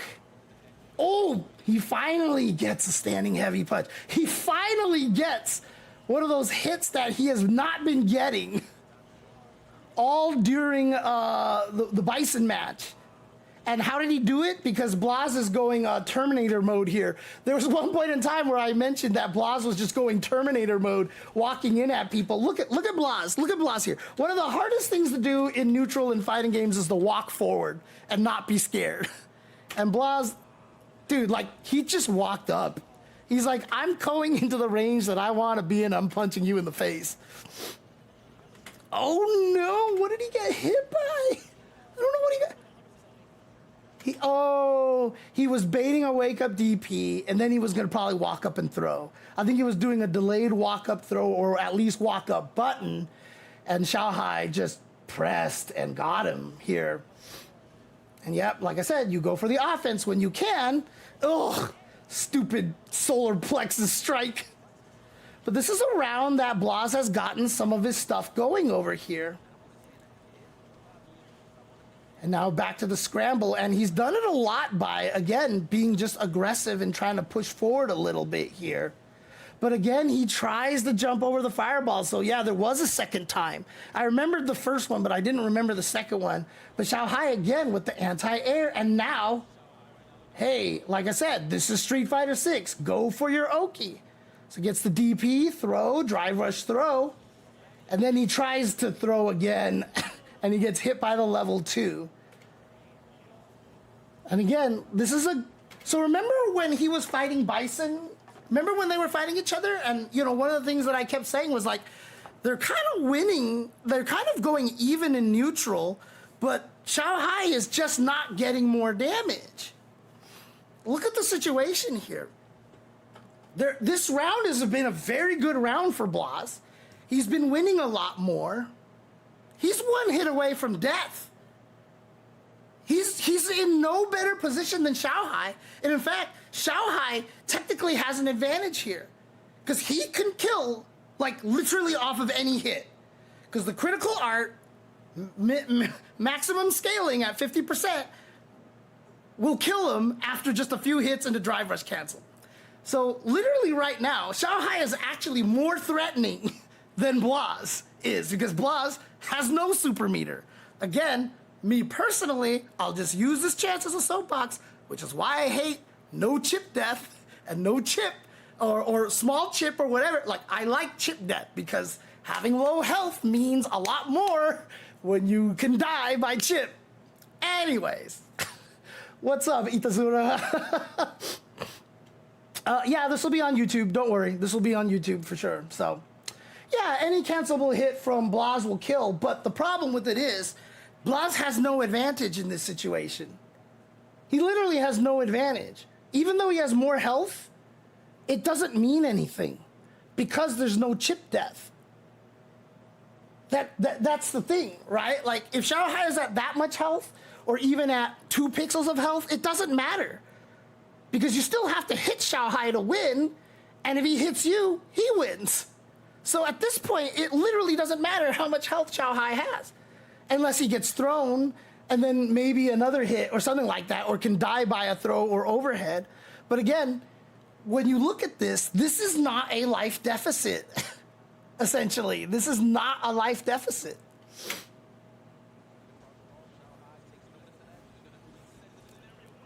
But he does get the hit, and what does he do? He goes for the biggest okie doke, most expensive okie doke. So this is important. So In this case, the low life definitely helped, although if it was a little bit higher, he still would have killed. But he actually goes for whiff-standing light kick, cancel, drive rush, low forward into drive rush cancel. He spent it all. If Xiaohai just blocked that at the last second, Blaz would have been in his face with no drive gauge. He would have been burned out, and it would have been a scary situation. But this is the kind of thing that Xiaohai has forced out of Blaz. Against Bison, he just played fundamentals. He just played really solid footsies and had great button timings and was just beating Xiaohai in the neutral. But now to take this round here, he had to go for like the craziest okie doke ever. That literally cost 6 blocks. If he had all of his drive gauge, he would have 0 drive gauge right now. Because he did stand light kick, whiff cancel, 3 bars, into crouch medium kick, drive rush cancel, 3 bars. So he literally would have been burned out no matter what. He went for the Hail Mary to get this round. Yeah, no, absolutely, Kinabalu. You know, Kinabalu Cat in the chat says, Blaz trying to be random here. Absolutely. And again, that is not an insult. That is not downplaying what he did. It's smart because you have to throw things at people that they haven't seen before. You have to catch them off guard. And in that case, he did it. The problem now is that now that Xiaohai has seen it, if he sees a stand light kick, whiff cancel, drive rush forward, he'll probably low block, you know, Blaz could sneak in with an overhead, et cetera, but again, it won't be as, wait, what is he doing kind of a situation as it was before. That's what we call shenanigans, right? Shenanigans is something that just catches you off guard because you're like, what? But then after you see it, now you can fight it a little bit better, right? And so it's not actually as effective as it looked. It just worked because at that time, they had no idea what the hell you were doing. So absolutely, being random and actually like doing shenanigans is a valid thing, but they're not going to win you tournament matches. They're not going to win you 2 out of 3 sets. That's the thing that you have to remember. So again, Blaz trying very hard to move forward, get that distance, gets in with that drive rush, tries to go for a throw. Good perfect parry, gets away. So again, you see how he perfect parried the first fan and backdashed away, right? So people ask me, how do you beat Mai? This is a great way to do it. Perfect parry, backdash. Xiaohai just spent 3 bars. Xiaohai did a raw drive rush. Do you know how long it takes for you to start gaining your meter back after you raw drive rush? Do you know how long it takes? Let me show you how long it takes over here. There we go.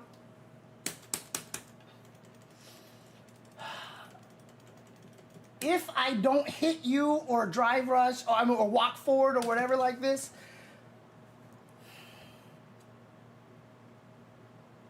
takes a long time for that light for your drive gauge to start going up. So perfect parry, backdash, and then you see him drive rush and do nothing. It's gonna take a while before he starts getting, unless he walks forward, right? But if I stand still like this, it's 5 seconds. Takes 5 sets, 5-second cooldown. So again, that's one of the things you can try to do to take advantage of Mai is to keep hitting the wrong thing, is to get away from it. And now we are in a situation where Xiaohai is it's gonna be a while before he can build up that drive gauge again.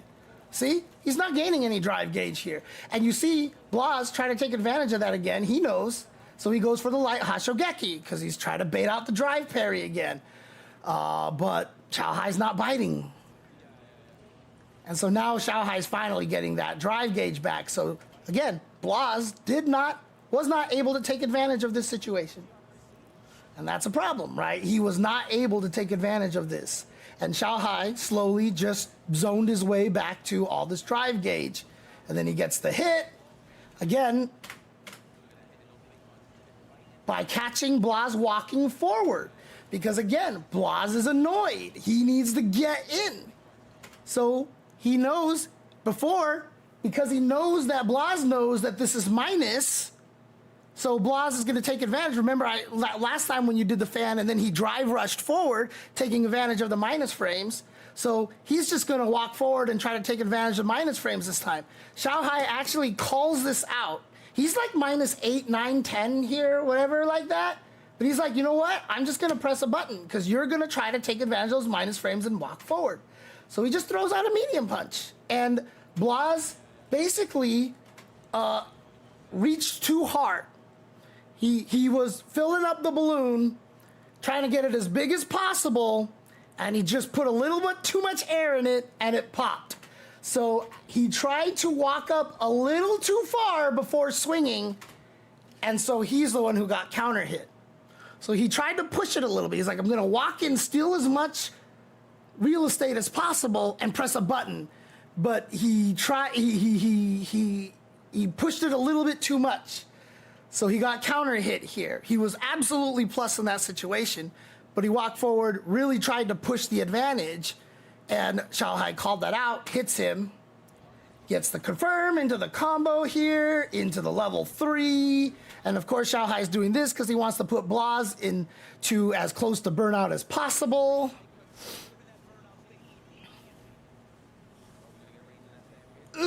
Plunk.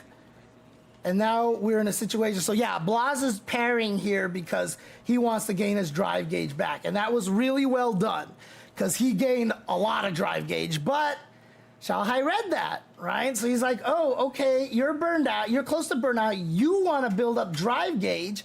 I know I have enough time to dash forward and throw you. And he does. And he catches Blaz here. And you can see it was a punish counter. So actually, I think that was just still the recovery of the parry. Or did he start a new drive parry? I'm not sure. But that punish counter essentially sealed the deal.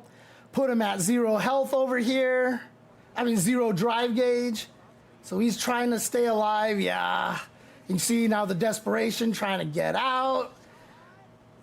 Oh, it's a tough situation right there. So yeah, drive gauge management. That whole end of the round right there was drive gauge management. And like I said, that's how you get to become one of the top players. You know, from being just a good player to a top player. Is Xiaohai played the drive gauge at the end there. Because Blaz was so close to burnout, he kind of had to read what he wants to do here. So throws a fan, jumps backwards here. And he's like, you're going to try to get out of the corner. So he just has that DP ready to go. And then you block this, burned out here. And he's like, there's no way you're going to spend your level 1 to stop this DI. Look at the life lead that Xiaohai has.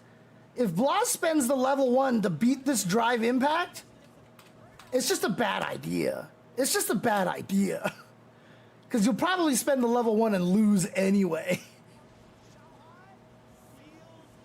Perfect KO. And so now Xiaohai, so now Blaz is thinking about this. So yeah. So he switches to Ken. Why Ken? Why is he switching to Ken?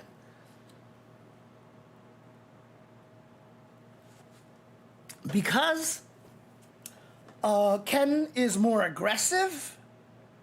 He has more ways to close the gap than Ryu.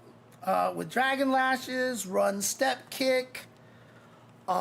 He has better range normals. He might be able to whiff punish with standing medium kick a little further. Standing heavy kick could become into play. But I also think one of the things that's really important about the things that he's looking at is that in this situation, Ken's OD Fireball is better than Ryu's. Because when Ken throws the OD Fireball and it goes through the fan, and if it hits Mai, he gets Drive Rush combo afterwards. Ryu will get a knockdown and he'll be able to get some pressure and stuff, but the threat of, like, hey, like, if you're fighting against Ryu and you're going to throw a fireball and he's going to OD Fireball and hit you and you fall over and now it's an Oki situation, you're like, yeah, that sucks.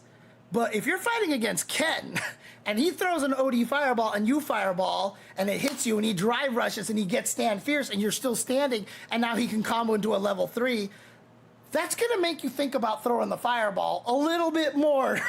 So the fact that Ryu's fireball actually knocks down is actually a detriment to him in this particular situation. I'm not going to say it's worse overall, but the fact that Ken, again, if he just throws an OD fireball and drive rushes afterwards, it's hard for him to get the combo necessarily at certain distances.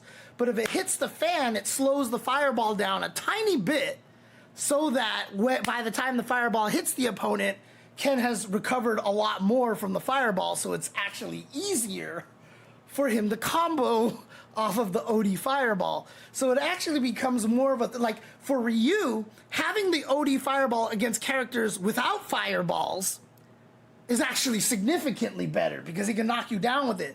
But for Ken, having the OD fireball against characters with fireballs is actually his advantage. Very weird. So in other words, Ken's OD fireball is better against people with fireballs. Ryu's OD fireball is better against people without fireballs. So, but yeah, he switches to Ken here. He's trying to stop the bleeding here because now it's 3-2. So now Xiaohai has to think about more things, but not really. He's going to try to just keep this distance here. See? Same distance. Because again, Maya's very strong at that distance, so he's going to stay there. Oh, try to walk away, got caught. He knows Xiaohai wants to walk away all the time. And here's the other thing about Ken. Oh, did I touch you? Guess what? I'm Ken Masters. You're cornered now. The Ken Masters special. Here we go, into the corner. Ah! Dude, I don't know what the hell Xiaohai was thinking here, but clearly Blaz tried to do empty jump into, what the hell? Why did that come up? Xiaohai tried to do empty jump into something. It looks like maybe, we can't see it. We can't see it. He tried to do empty jump into something. But this is smart from Xiaohai because I have said this many, many, many times on commentary. And I'm sure a lot of you guys have heard me say this. Medium punch, heavy punch, target combo, run into Tatsu does not set up a safe jump. It doesn't set up a safe jump. And Xiaohai, as a Ken player, knows this. He knows he can press this button here because he can't get hit by a jump attack. Now, Blaz can delay his jump by 1 frame. Good luck with that. I don't care how good you are. There is no way to do that consistently. That's how I believe. Now, players have surprised me. Maybe someone one day will know exactly how to have Ken's run Tatsu end and be able to delay his jump by a single frame, like 80% of the time. If he can do that, bro, more power to him. Bro, more power to him. But again, this is why you go to training mode. This is why you test things. This is why you lab things, right? Whoops. No block. So this situation here for Ken is plus 43. You need 42 for the majority of safe jumps. Most characters need 42. 43 is too much. 41 can work as well. There is no way for Ken to land a jump attack. No way for Ken to land a jump attack. So as soon as Xiaohai saw him jump, he knew he could try to challenge him in this situation, right? So even if I do this, an empty jump like this, we're 0. We're 0, technically, right? And if we're 0 here, and he wakes up with a crouching light punch, for example,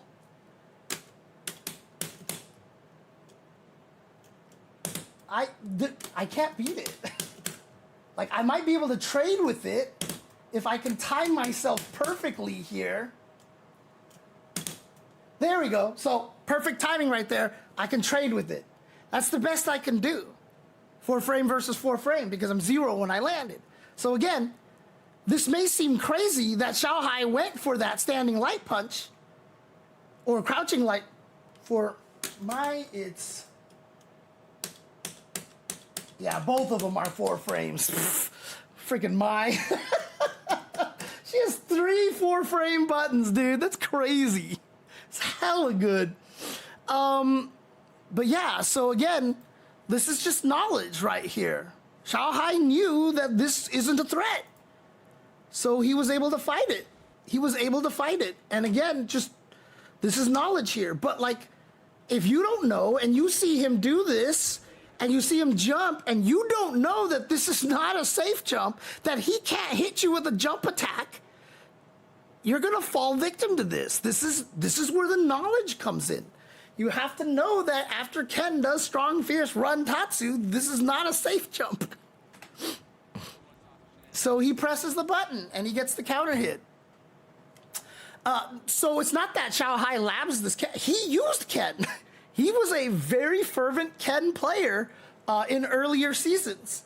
Ken, in fact, last year at EWC was one of the characters he used. It was Ken, Bison, and Cammy. Those are the 3 characters that he used. So Xiaohai he's labbed a lot of Ken. So he knows what Ken is capable of, and he knows that that's not a safe jump.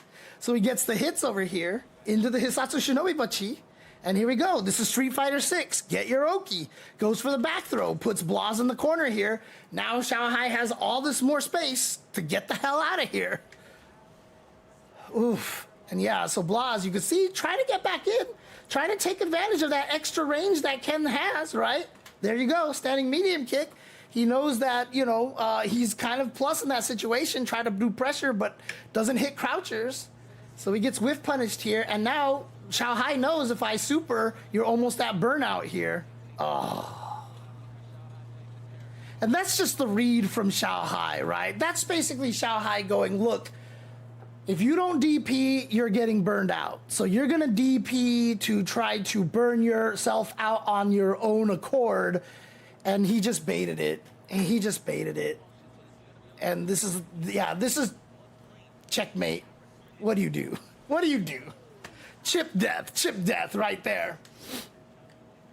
Oh, what's up, Ritas? What's going on? How you doing?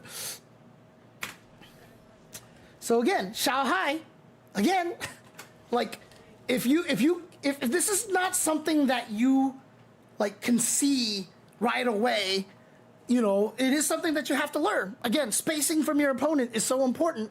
And if you, again, Xiaohai maintaining this range so well, staying out of that range and then finding the moments to poke in there, try some offense. He tries the read that Blaz is going to walk backwards, so he goes for the crouching light kick here.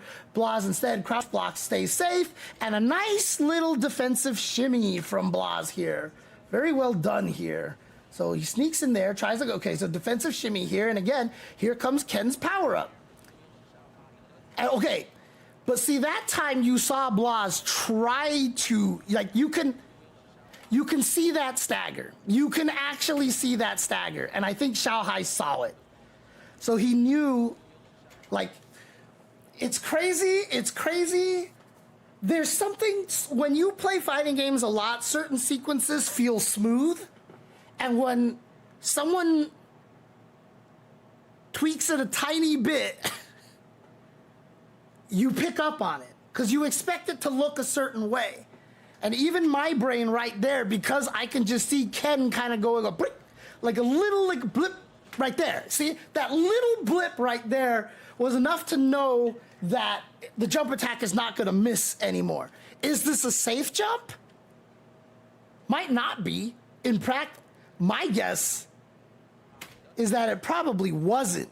Ken looks way too high for this to be a safe jump right here. And so, but I think Xiaohai is just going to block it just in case.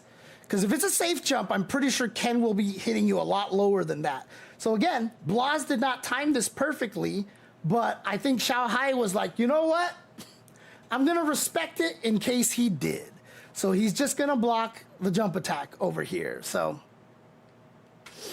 okay, and then the pressure here, this is the scary situation. This is what Blaz wanted out of Ken. He's got the corner, and now Ken can be scary. And I still think Ken is one of the scariest corner pressure characters in the game. You know, he doesn't have, like, cans, like he doesn't have spray cans like Kimberly and stuff like that, but the range of his standing heavy punch, the range of his standing heavy kick, he's got dragon lashes, he's got Jinrai, like it sucks in the situation. So I think what Blaz is trying to do with this character change is that he wants to win when he gets the knockdown here. Because Ryu, while strong and has Hashogeki pressure, isn't quite, it's not the same scary as Ken when Ken gets you in the corner, honestly.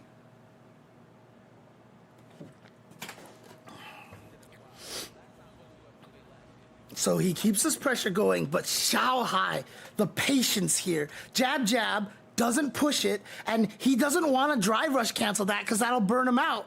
Like a lot of people will jab, jab, drive rush cancel, try to get in there, but also you can't make a true block string off of a light punch, so undoubtedly Blaz would have ODDP'd in between if he even did drive rush cancel anyway, so he's not going to go for that. So he's just trying to, look at this defense, yeah. Just blocked everything, found his way through, tried to perfect parry something, gets hit, doesn't care, finds the crouch medium kick, finds the stand medium punch, and he's out. He's out. Look at that. Just that, you can't say anything outside of just, that's just solid defense right there. That is the, I did not panic. Most of us, when we get in the corner, we panic and we die. I do that all the time. I get in the corner, I panic, I die. That was just great non-panic patience, knowing what options were available to him. And Xiaohai, that was a hard-fought way out of the corner. And as I've said to people, if you fight your way out of the corner, you applaud because you're not supposed to escape. When a lot of people ask, how do I escape these corner mix-ups? You're not. You're in a disadvantage. You're supposed to die. That's why the corner sucks.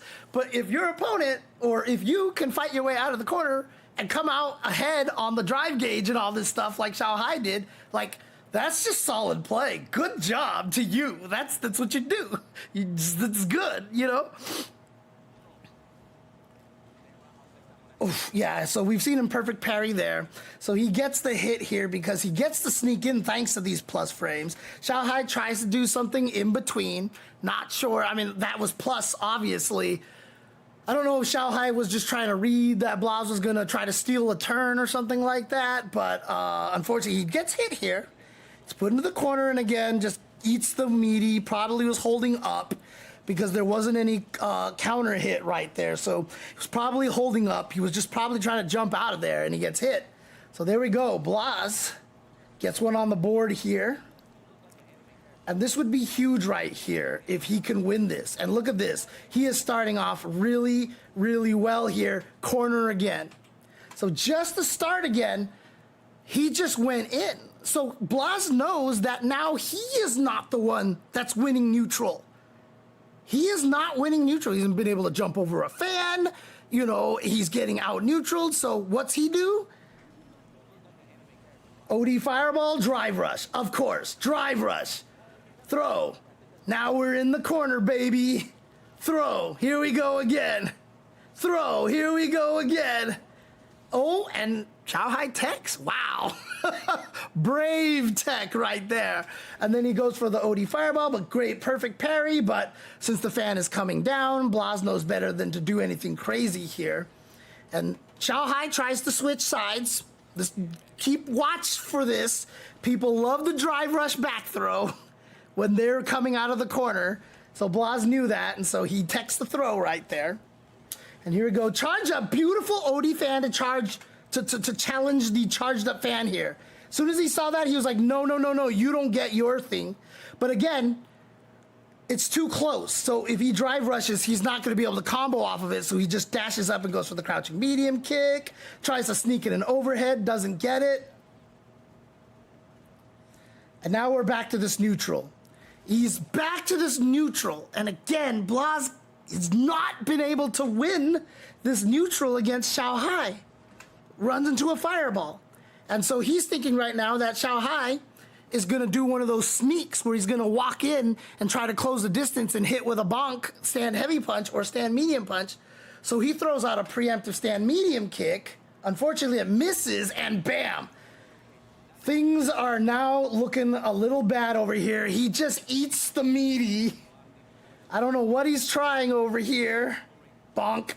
Gets hit. Gets hit again. And the level 2. Ugh, not gonna kill though. Not gonna kill. And Blaz makes it out of there, but... So what Blaz is trying to do here is... You remember Mena RD versus Akira at Evo Japan? I don't want to say I'm a genius, but you remember when Akira knocked him down and Akira had no health. So he was like, okay, you're probably going to wake up with the level 1 super, so I'm going to jump to avoid it. And Mena RD woke up with jump air throw and killed Akira. I will tell you honestly, while at home, while I was watching that, as soon as Akira knocked him down and dashed up right next to him, the first phrase that came to my head was air throw. I was like, air throw. And Mena RD went up and got the air throw, and I was like, yup. I actually called that. So, like, I'm just saying. I'm just saying. I knew it was gonna happen, and everybody else lost their collective shit. And I was like, no, Akira's gonna jump. He has to jump to avoid the super. So, of course, Mena's gonna go for the air throw. That's what I thought, and that's what Mena did, and he got the air throw. That's what Blaz tried here. That is exactly what Blaz tried here.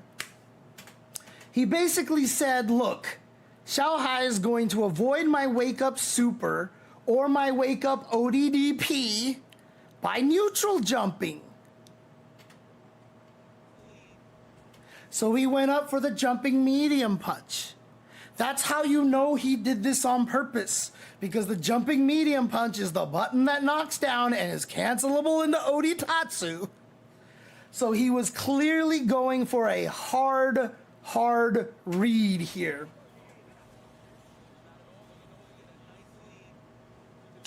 But it didn't work. And so Xiaohai ties it up 3-3. And now, if you're 15 years old and you are up 3-0 and you're feeling like this is free like everybody else I've beaten up, and now it's 3-3, you start getting a little nervous. You start getting a little nervous. And so you can see the smile and optimism gone. And don't get me wrong, too, here, because, like, obviously Blaz loses this in, you know, talking about how Xiaohai is winning this, you know, is a little unfair to Blaz, because the way that I'm talking about it almost kind of makes it sound like he fell apart, blah, blah, what. Dude, this kid is amazing, okay? This is like, he is going to be, if he can keep this up and do this for a very long time, he is going to be one of the best players that we have for a very, very long time. So keep in mind, you know, while I'm saying a lot of this stuff, I like to think about emotions. I like to think about how people are feeling. And I said on Twitter, when he lost this, he was very sad. Whereas if you remember, after he lost to Kakeru, he was just kind of like happy and having a good time and, like, you know, patting Kakeru on the back, like, oh, look at him emotional, like, no, good stuff, good stuff. He was crestfallen after this one. And as soon as I saw that, I got up out of my seat because I was in the arena, and I walked over to him because I wanted to talk to him right away. I wanted to do the dad thing. I mean, he's 15 years old. I wanted to be the dad, but I think it was his dad that was there, and he was talking to Blaz, and I was like, all right. I backed off, and I just let them talk. But he looked really sad, and I wanted to go up there and talk to him really quick. But then at some point in time, I had a chance to talk to Blaz's dad, and I was like, hey, I'm James Chen. I'm one of the commentators. Can you please give him this message? And, you know, and I told him what I wanted to tell Blaz. And I was like, can you please give him this message? And he was like, okay. Because I told him the message, and he was like, thank you, thank you. So, so I want to address this question from JNV. What about fighters who can take advantage of being cornered? Ed's dream combos can last really long and do more damage if he is cornered and the opponent makes a mistake that allows Ed to start a dream combo, allowing it to become a coast-to-coast combo. Absolutely, yeah. Ed's the only character, as far as I can think of or remember. So this is just an Ed thing. It's just an Ed thing. In Street Fighter V, it was a Mika thing, because if she ever clapped you, she just threw you back against the wall, and now life sucked.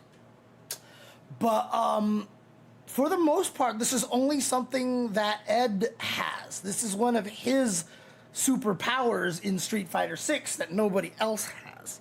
So for the most part, put them in the corner. If you're fighting against Ed, it is something that you want to consider. Obviously, if he doesn't have the resources for a dream combo, put him in the corner, kill him, please. But if he has that much, like if he has the level 2 and all that stuff ready to go, and you'll see this, some players will actually stop pressing against him. They'll kind of back away a little bit and like force Ed to kind of come out of the corner a little bit, because it is annoying. And having that power is very strong. There's a reason why Ed is still one of the best in the game. I think is because he is one of the only characters that has that kind of advantage when he gets in the corner. Like, he's the only character that you have to think about, man, I'd better be careful here. Because if you're wrong, like, you are on the other side, and he just gained a ton of damage on you, and drive gauge, and all this stuff. So it's a scary situation. And again, I do think it's one of the things that makes Ed very strong. However, Blaz is going to stick with Ken here, and I do think that that is a smart choice here. And now, okay, see, this is the thing, right? So much about fighting games is mental.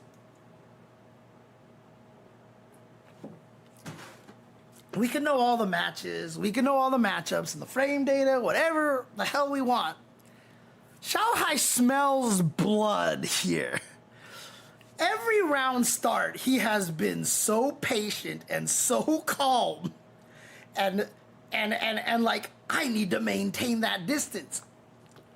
This play from Xiaohai here is a I am trying to crush your dreams, kid play.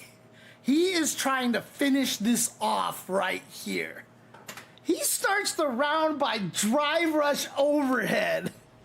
And if he lands that, like, yeah, that's a lot of mental damage here. So Xiaohai literally attacking mental damage here in this match, which is actually a thing.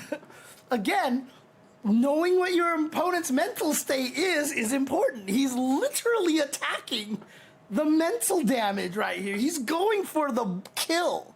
Like, he's hoping he lands this, and then maybe Xiaohai does a fake little chuckle back at him or something like that, and he's going for mental damage. This is so important in fighting games and in tournaments like this. I love this. I love that he's attacking the mental damage. He's attacking the mental gauge. It doesn't work because Blaz is really good, but my whole point is that, like, he's actually playing the match not just based off of the in-game knowledge, he's playing the match based off of what's happening in the world. He just retied the thing up. Blaz is like, what is happening? I need to stop this bleeding now. So Xiaohai just went for the biggest Hail Mary to start to try to finish him off. Like, literally, he is trying to finish the job off here by just completely blowing up his mental gauge.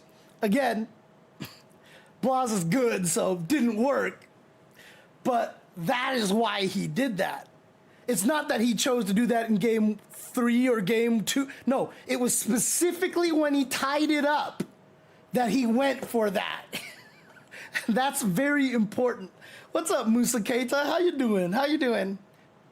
So you're saying Xiaohai is putting Blaz on tilt to use poker terminology? Yeah, absolutely. Absolutely.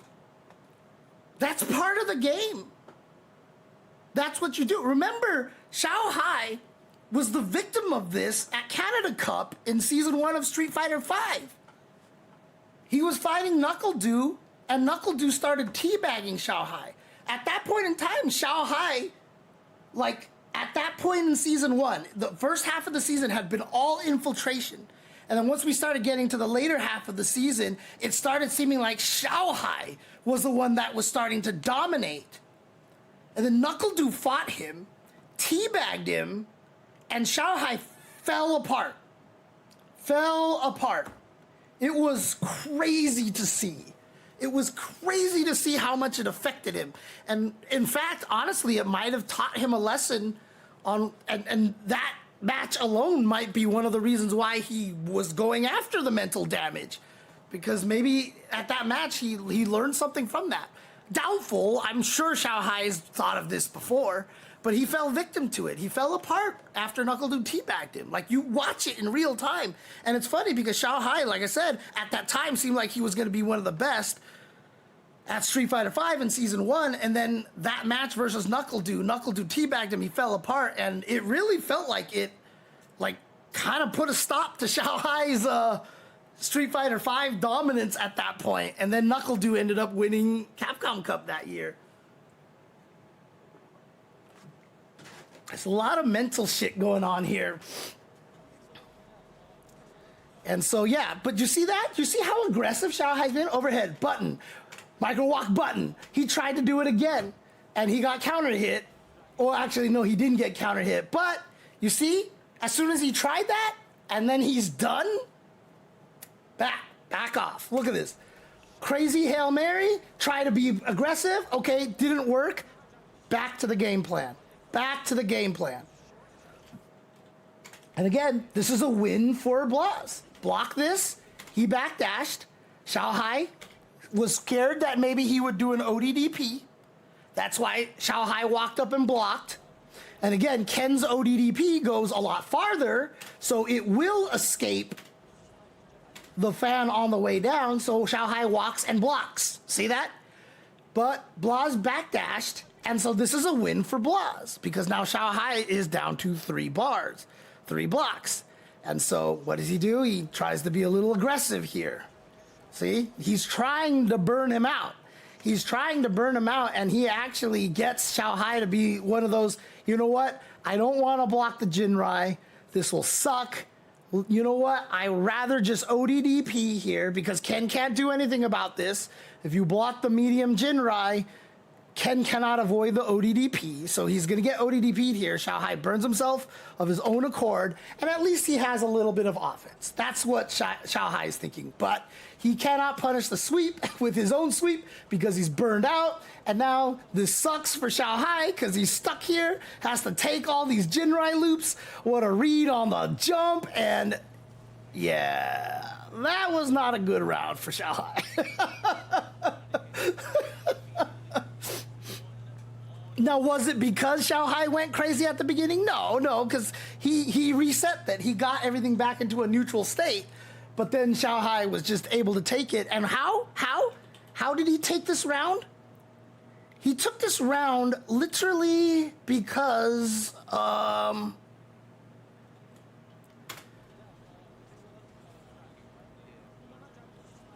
that. He took the round because of that. So when someone asks me, how do you beat Mai? This is a great example. Xiaohai spent the OD meter there, didn't get anything out of that, and that's literally what kills Xiaohai. So that little interaction right there, you might not have noticed, like you might not think that this is a big deal here when you're just watching it, but that interaction right there is what won Blaz the round. So again, drive gauge management, understanding what's happening over here, because then Blaz was able to get in, start the Jinrai pressure, which made Xiaohai make the decision to burn himself out, and then from there, everything fell apart. So how do you beat Mai? You have to make sure to survive the OD fan craziness, and then once you do, kill her! Don't let her get away. And that's exactly what Blaz did. That whole round was won because he avoided that OD fan mix-up. Oh, gets the crouching medium kick. So now again, Blaz being super aggressive. How much drive meter? He just spent 4 bars right away. And again, you can see that little stagger that Blaz has there. Oh, I didn't see the stagger at all. That actually, I might have felt like he was gonna miss it. That's actually really impressive right there. Yeah, look how... Oh, no, that wasn't the block right there.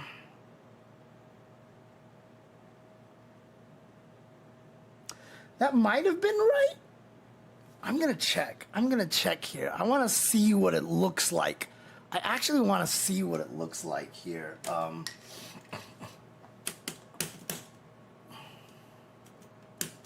Nope, that was not it right there. Let's have mine not do anything. Actually, what I want to do is have her block for... Okay, there we go. Okay. But if you look, I killed 3 frames. So you can see those three blocks right here. So I delayed my jump for 3 frames. So this is not a safe jump. You see the height that I'm at right there? It's not a safe jump. So my guess is that Blaz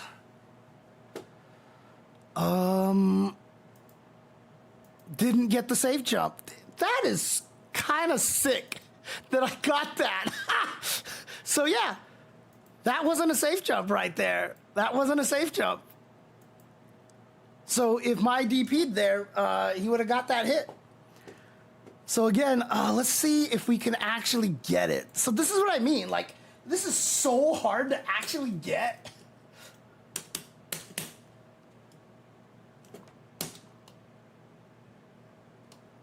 Oh, that was it. That was it. That was a... Oh, wait.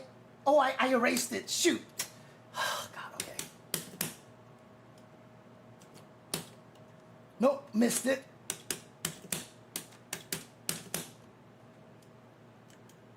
Missed it.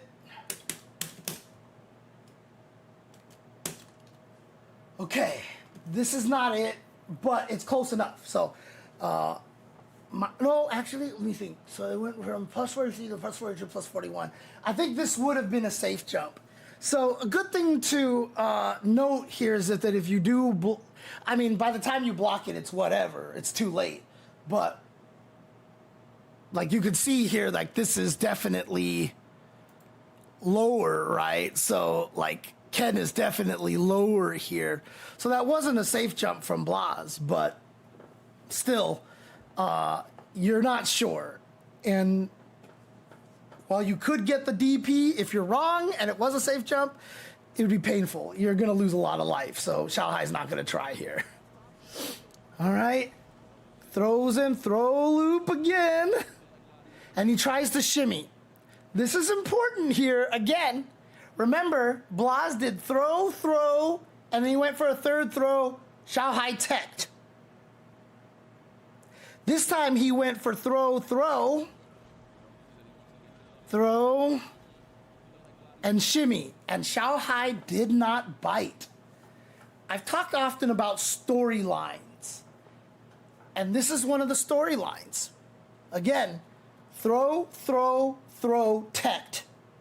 Throw, throw, shimmy, nothing. Right? This information that Blaz is getting is that Xiaohai probably isn't willing to risk the ODDP in here. You know, and maybe he's just gonna, you know, just try to tech or block or... I think this gives Blaz enough reason to feel confident to go for a third throw. That's all I'm gonna say. Oh, and now Xiaohai busts out. And actually, it's a really good bust out right here because there's 3 gauges gone off of that drive rush cancel. And then he whiffs that drive parry here. So now Blaz is at only 1 bar of drive gauge. It's dangerous for him. And so you see Blaz back up. He can't be aggressive anymore because he doesn't want to lose his drive gauge. So instead, Xiaohai, wow, he goes ham here. He's like, you know what? You are low on drive gauge. I'm going to go ahead and spend everything to get up to you. And he knows he's going to have that tiny pixel left off of a raw drive rush. And I don't think Blaz thought that Xiaohai was going to do that because you wouldn't put yourself that close to burnout, would you? Xiaohai's like, yes, I will. Yes, in fact, I will. Gets to the corner, keeps going with a charge fan. Oh, what did he do? He just got hit. I don't even see a counter hit anywhere. Ah, nice. Into the level 3. And the burnout. This is kind of one of those like almost checkmate situations, unless Xiaohai can pull out something crazy here. Oh god, Xiaohai is ridiculous. Xiaohai is ridiculous. Okay, this is like, this is a very fun situation here, okay? So Xiaohai is getting information over here. He's like, I'm going to screen away. I'm chilling here. No, I try to fake it, come back in, and he throws the fireball. So he jumps over, trade right there. Xiaohai has gained a little bit of information over here. Blaz is willing to throw a fireball from a screen away because, you know, Mai's not much of a threat jumping from a screen away, right? So he's over here. He is just baiting Blaz into throwing a fireball now. Oh my god. What a round ender, dude. I screamed when I saw that. Part of me was scared of that dive attack with the Musasabi no Mai. Part of me was actually scared. I was like, as soon as I saw that, I was like, no, don't throw another fireball, Blaz. Don't throw another fireball. And he did. And I really feel like Blaz just forgot it existed. It was a great move. Obviously, a little for naught, unfortunately, because Blaz was able to start with the perfect parry here, the combo. Again, not a lot of damage, but Ken obviously, so like Ryu got some decent little damage, but Ken gets corner carry. So it's really, really strong for Ken. Ah, finally baits out a wake up DP, finally baits it out. And now suddenly everything looks like it's gonna turn and go in Blaz's favor. Oh, and even Xiaohai drops the combo there. Yeah, doesn't want to drive cancel there because he doesn't want to burn himself out. And here we go, just needs a tiny bit of damage, back-to-back throws, and ads. Jesus Christ, why do they, it's so annoying, because they try to make these ads look like actual streams now, which is really annoying. So here we go, Blaz is up 4-1 here, and Xiaohai is just thinking about it. But staying very calm here, he's gonna stick with the Mai.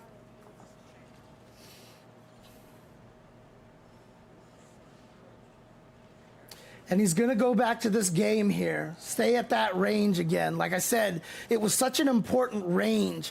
But you see what Blaz is trying to do here. He's trying to beat the range by literally relying on just the punish counter. The perfect parries. Very fortunate for Xiaohai. So last round,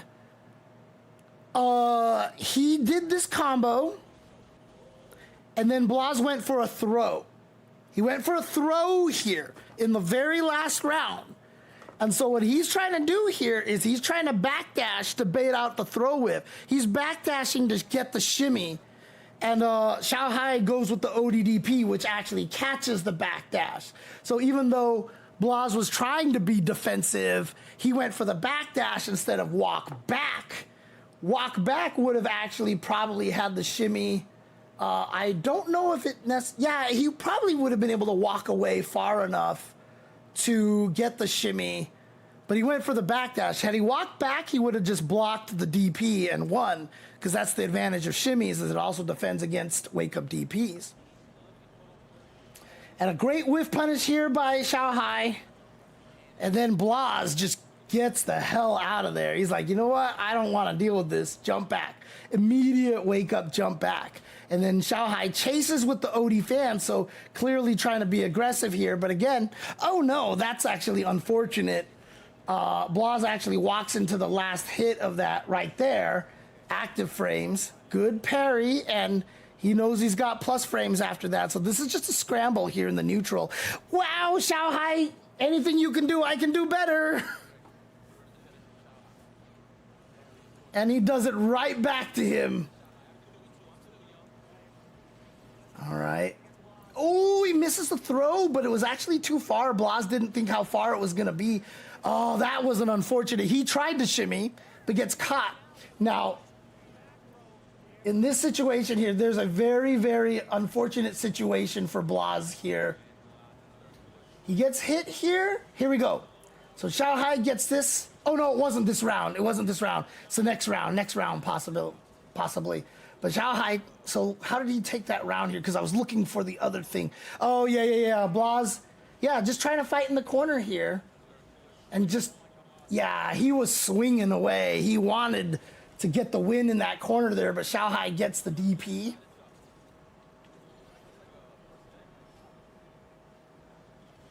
Oh, so remember what I said. This is one of the reasons why I think Blaz picked Ken, so he could do this. The fact that this is only the first time that he got it is pretty impressive on Xiaohai's part, to be honest with you. OD Fireball Drive Rush, because the Fireball staggered a little bit. Going through the Fireball gives Ken more opportunity to get in here. Corner situation here. Even reads the backdash, but just didn't have a combo after that. Like, oh, did he just... Yeah, hang on a second. I just want to test something really quick here. Yeah, crouching strong only +3, so he couldn't have comboed off that. Okay. But remember, I told you people like to get the back throw when they're in the corner. For some reason here, Blaz didn't read it this time, so he does get tossed into the corner. So this is a scary situation for Blaz. Oh, Xiaohai was sure he had that whiff punish. He committed, but wakes up with the DP and tries to go for the back throw again. This time Blaz calls it out. Now Xiaohai is in very much danger because he's almost burned out, but again, these good defense in the corner, whiffs the standing heavy punch. Blaz is gonna take that with the whiff punish. So again, this time it's Blaz's turn to be patient. So he throws out the crouching medium punch, which Xiaohai tries the whiff punish, but Xiaohai tries it with the heavy punch. And he misses it, and then Blaz ends up whiff punishing the whiff punish.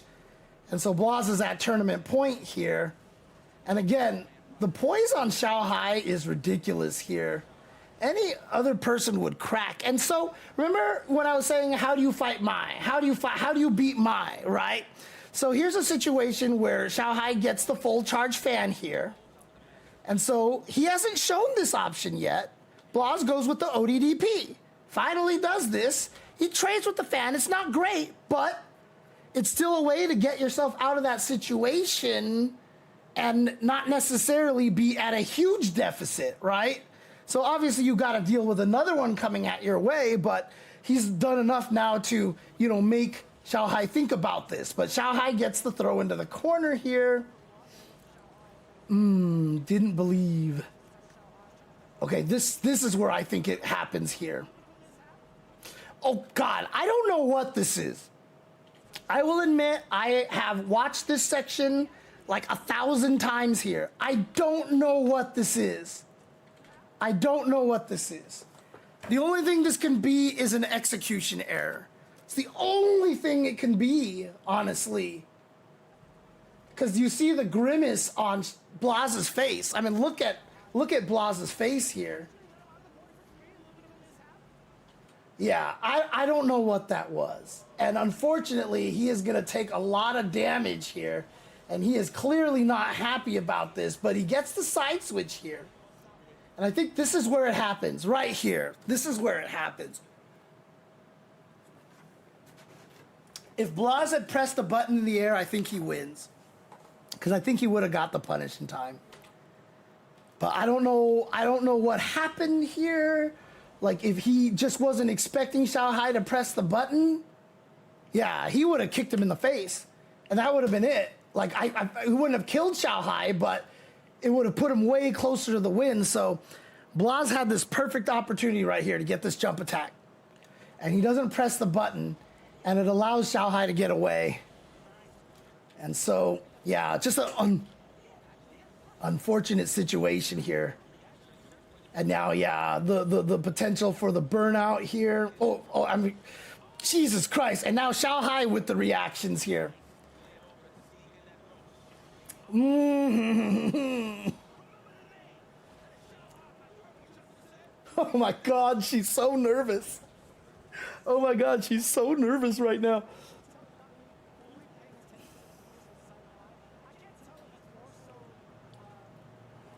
Oh man. And this is where everything comes down to this. And like, again, mental fortitude. And I'll tell you right now, Xiaohai breaks too, man. Like, cause again, this is crazy. This is a crazy situation. This is absolutely terrifying here. Final game, final round. You got to imagine everybody is just like freaking out. So Blaz trying to be aggressive, doesn't get the whiff punish. And yeah, like I said, there is, if you block medium Jinrai and you have a ODDP, there is nothing Ken can do to prevent this. I actually feel like it's one of the things that makes it hard for Ken to kind of fight Guile, because he can OD flash kick you and then just go back and start throwing sonic boom. So it's hard to take advantage of the fact that he's spending that drive gauge there. But Xiaohai, oh, if Blaz didn't try to go for the parry right there, he might have been able to punish this. There we go. Backs away, gets the hit. Whew. Well, that is the first perfect parry on an attack like that from Xiaohai. Busting it out in the final game? I mean, come on. Oh no, what a read. See, and again, Blaz knows that if Ken hits standing medium kick, he avoids the fan. But you know what? So did Xiaohai. And I guess, I don't know if he read that or if he knew it, but then he gets the whiff punish here into the level 1, into the burnout. Yeah, there's pretty much nothing you can do over here. Xiaohai said in his stream that Blaz throwing fireball like he forgot Mai can go through that. Yeah, no, absolutely. That's absolutely what happened. That's absolutely what happened. We saw it with the Musasabi no Mai when he did the dive from the air, and then Blaz just forgot right there. It's just mental breakdown. It happens. It happens. Match point for Xiaohai. Goes for the drive reversal. This is the first drive reversal from Xiaohai as well. So Xiaohai busting out a couple of things that he hasn't done at all up until this point. Because again, he's smelling blood. He wants to be on the offense. So he said, I am not giving Blaz. Blaz is not going to bait out a drive reversal. Because Xiaohai, this is the first one that he's done. So he wants this offense because he smells blood. So he's going to go in. But the perfect parry, yeah, the perfect parries are throwing Xiaohai off here really badly. But look at the drive gauges again. Oh, he gets the hit. Wow. And then he burns himself out here. Gets this hit towards the corner. Gets the hit. Oh, the crumple. Oh, he didn't get the combo. But he gets the burnout. And look at Xiaohai. He's about to gain his gauge back. He gets it. Gets the whiff punish. And then the nerves, man. The nerves.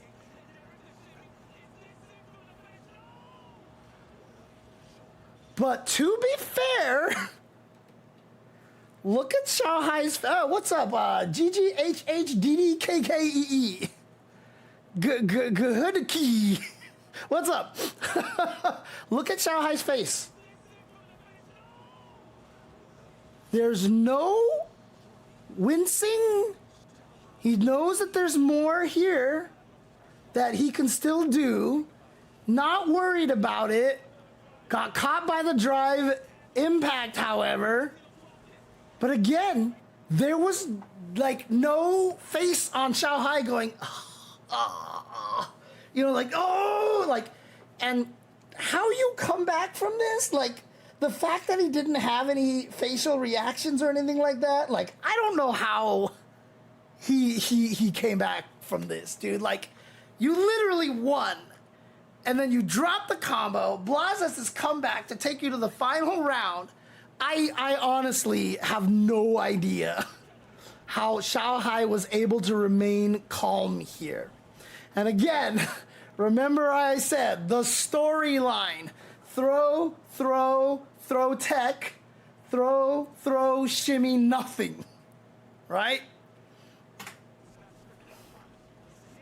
And here we go, the famous last round here. Got him with the shimmy right there. So that's also part of that information. Xiaohai has been shimmied once here in this round already.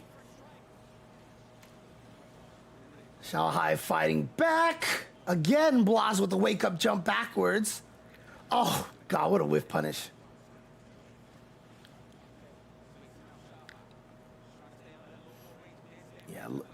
Yeah, you heard Yipes talk about that low forward range because that that's what Blaz is hunting for. Oh. Oh, again, that perfect parry, but again, scales a lot. One throw. Two throws. So Blaz has just shimmied Xiaohai. And in this situation right here, he did throw, throw, and then throw again, tech, throw, throw, shimmy, nothing.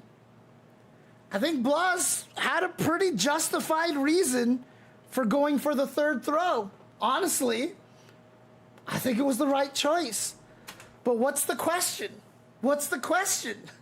Would you do a wake-up ODDP for like $120,000? Because that's the difference between first and second place.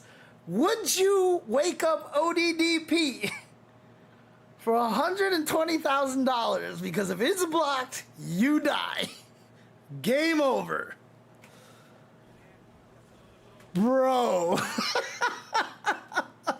Xiaohai says, you goddamn right I would do it.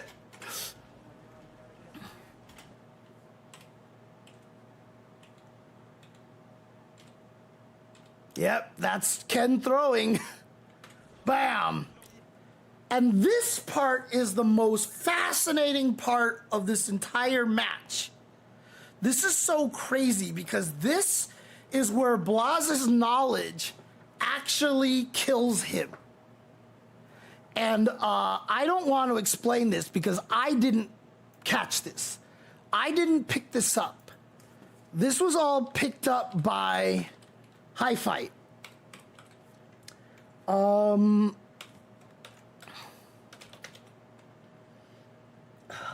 was it? I always forget what it is. It's just like THs at the, yeah, there it is. Okay. So what I'm gonna do here is I'm actually gonna show you his little analysis over here because, like I said, he's the one that caught this and it was so important right here. Yep, this is the one right here. So he has a whole YouTube video on this, but just watch this video here. I'm not gonna say much, but this will be a good, like, let High Fight do his thing here. As long as it's a clean hit into a DRC, you know we're gonna have full advantage. That's one. Blaz, how do you continue on after with this mix forward throw? Oh my God, you gotta. Xiaohai has a critical walk. There you go. This right here. So what he's saying here now is that drive rush crouch medium punch is +1 on block normally. All right. So let's actually, oh, he just shows it right here, right? So that means if Mai goes for another crouching medium punch, which is 6 frames, Ken's 4-frame crouching light punch should beat the second crouching medium punch. That's what the frame data says. And Blaz wins EWC. Xiaohai could do crouching light punch at +1 here and he would win. But there's no way he could kill because that is a lot of scaling. I don't know how, if Xiaohai knew what he was doing. I don't know if this is just a setup for Xiaohai. So doing a jab at +1 is a good option, except when this drive rush crouching medium punch is not +1.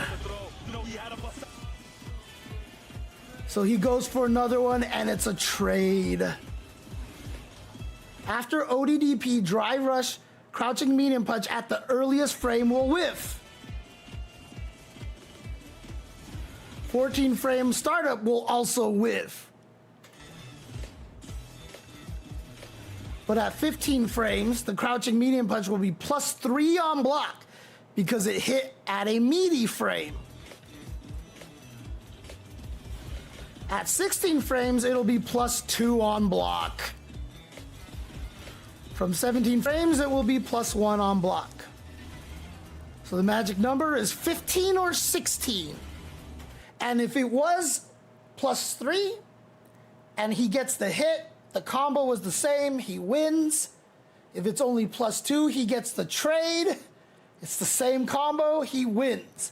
But by manually timing the drive rush crouching medium punch to these 2 frames, the next crouching medium punch can beat or trade with jab. Did Xiaohai do this on purpose? And again, like he says here, too fast, and it whiffs. Too slow, and the second crouching medium punch loses. He has a 2-frame window.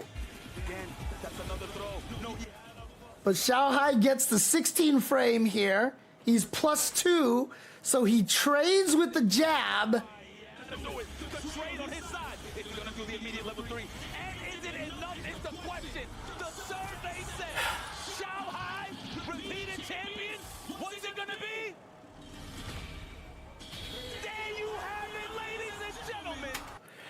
That is crazy.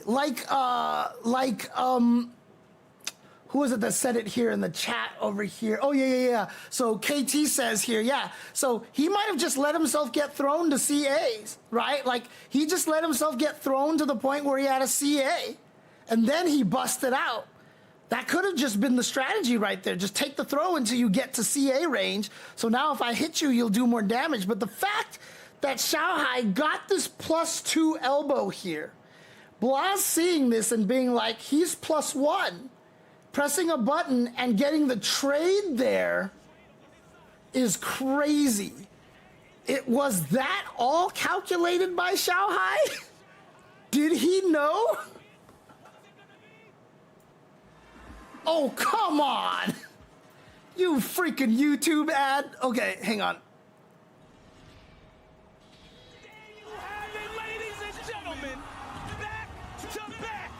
And I love how Xiaohai was like, wants to celebrate, but he's got that gold stick, and so like he just puts it down so carefully.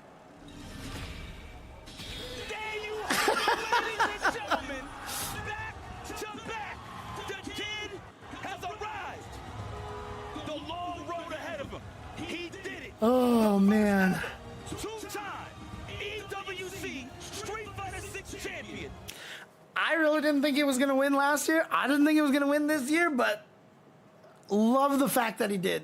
Love the fact that he really kind of showed up here. And, you know, one of the things that I was talking about to some people that were interviewing me at EWC, back-to-back in the FGC is really freaking hard. And yet this year we've had 3 already. Mena, back-to-back Evo Japans, Ulsan, back-to-back Tekken EWCs, and now Xiaohai, back-to-back EWC Street Fighter 6s. Incredible. I think this is just, like, this win is just like, it's incredible. Incredible win for Xiaohai here. Absolutely crazy. I love it. I love it. But God, like, the funny thing is, like, if you're not part of the FGC and your only exposure to this game is from EWC,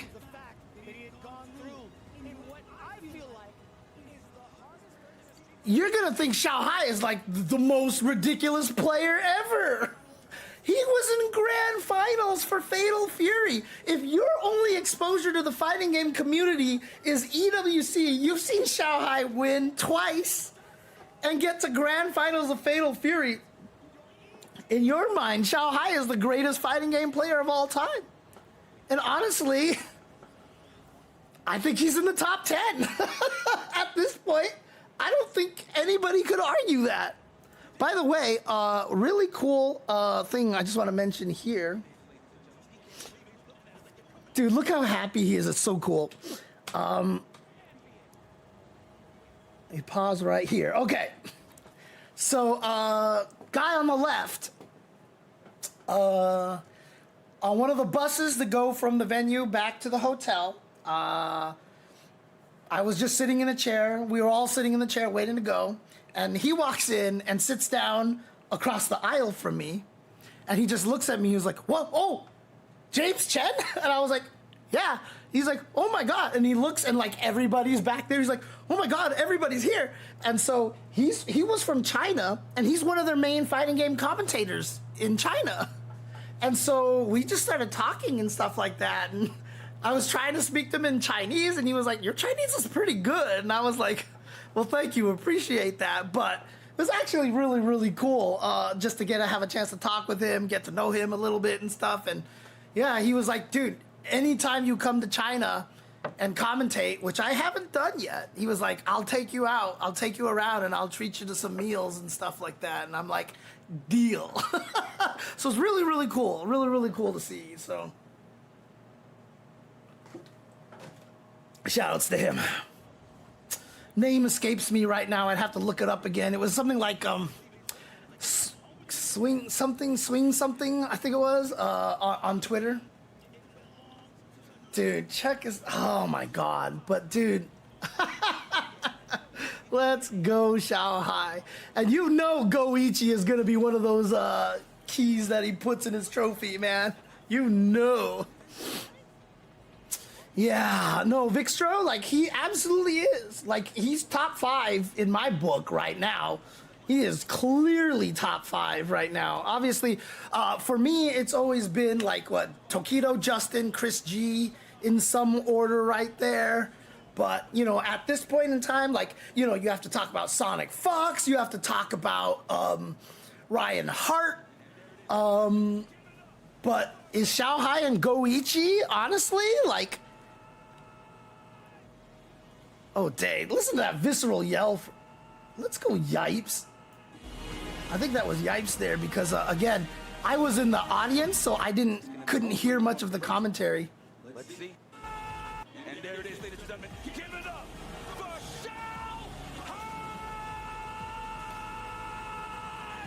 Xiaohai! Love it, Yipes. Love it, Yipes. Leave it all on the table. We're done. Who cares if that burns your throat out?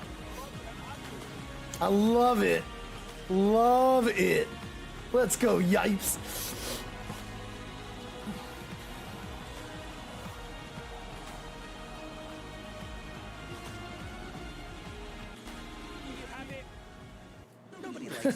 Shoutouts to Logan, by the way. You can go to safelight.com and get it fixed now.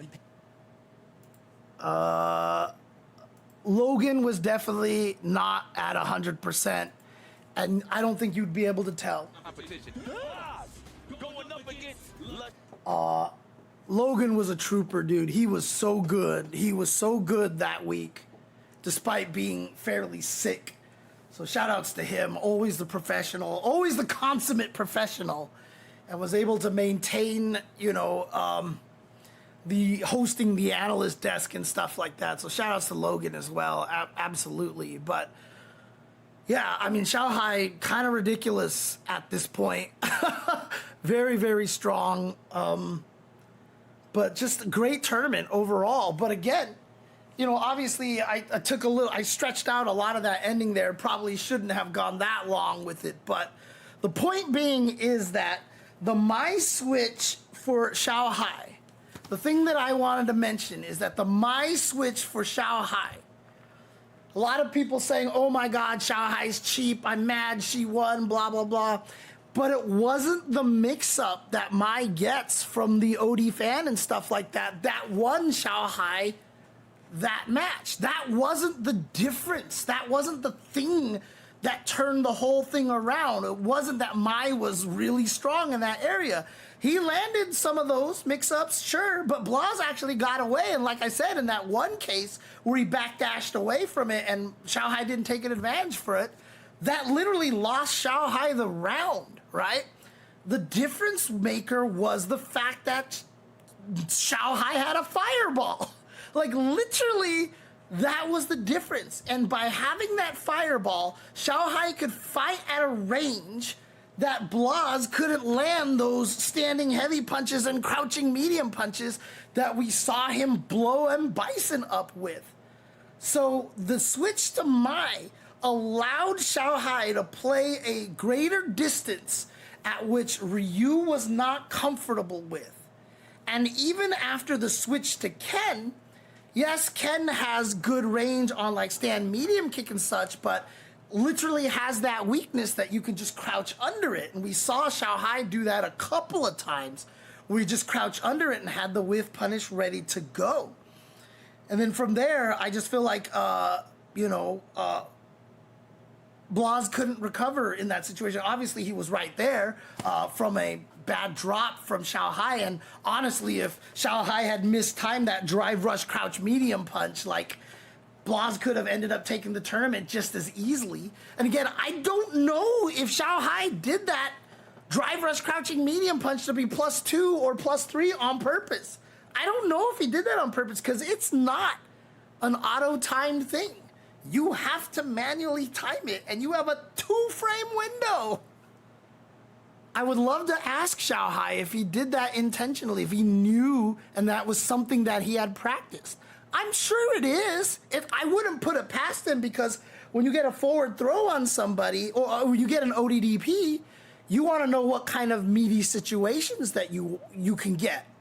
So I'm sure Xiaohai knew, right? Like, I feel like he knew. I would actually say that he knew that he could set that up to be plus, and he kind of banked it all on that, and it worked.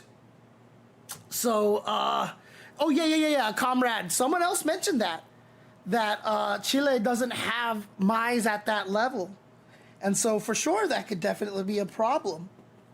But like I was saying earlier, is that, Blaz, very strong player. Cryme, very strong player. Those two, and I know they do this already, but they have to learn all the characters, split them up between them even, and just, like, they have such a powerful weapon with each other existing, you know what I mean? Like, because they're similar ages, they're similar skill levels, and they're similarly talented. Obviously, Blaz is going to say, well, I beat him 3-0, so I'm way better. No, I'm just kidding. But, you have another player that you can practice with, a strong player like that. So the fact that there was no strong Mai players in that region is not a problem that is going to plague Blaz for very long. Or Cryme. The two of them, they just got to pick up every character. They got to learn all the characters and play them against each other the way Big Bird and Angry Bird have, right? We have seen so many situations where the two people are just so strong and they make each other better. Big Bird and Angry Bird is the premier example of that. I'm sure Lex and JB might be doing that a little bit. But one of the other biggest ones is Gustavo and I Peru. Like in the Salt Lake City scene, they leveled each other up a lot. We can go super old school with Graham Wolf and Alex Wolf, the two brothers who, became Street Fighter 2 gods at that time. But a lot of the times, if you want to become the best players, sometimes it only takes two. That's just it. As long as you have two people who are fighting each other and you're willing to help them out to continually beat you, that's all you need, right? Because a lot of the times what we do is when we have a friend that we beat up on, we don't tell them how we're beating them up. We don't tell them things that they're falling for all the time because it always feels nice to go back to the well and win and be able to keep shit talking the whole time and be like, ha ha ha, I'm better than you. But that doesn't help you. So you have to find someone else just as dedicated as you. And you two have to be good at informing each other what they're doing wrong, what you're looking forward to, because if you get away with shenanigans to win all the time, you're not playing for real, right? Because you run into somebody who doesn't get hit by the shenanigans, and suddenly, what do, right? You don't know. So what you do is you teach your training partner not to get hit by the shenanigans, and now you have to beat them through other means. You have to be better than them. And so when you run into that situation in an actual tournament, you know how to be better than them. The more you push your training partner, the more they push you. And it only takes two to get to that highest level, honestly. That is odd, Comrade Tyrone, actually. That is odd. It's also kind of funny that before facing Blaz, Lashar said to Tokido he was going to use Mai versus Blaz, but then didn't actually use Mai. That is very interesting, because it was Terry, Ed. And that was it, I think.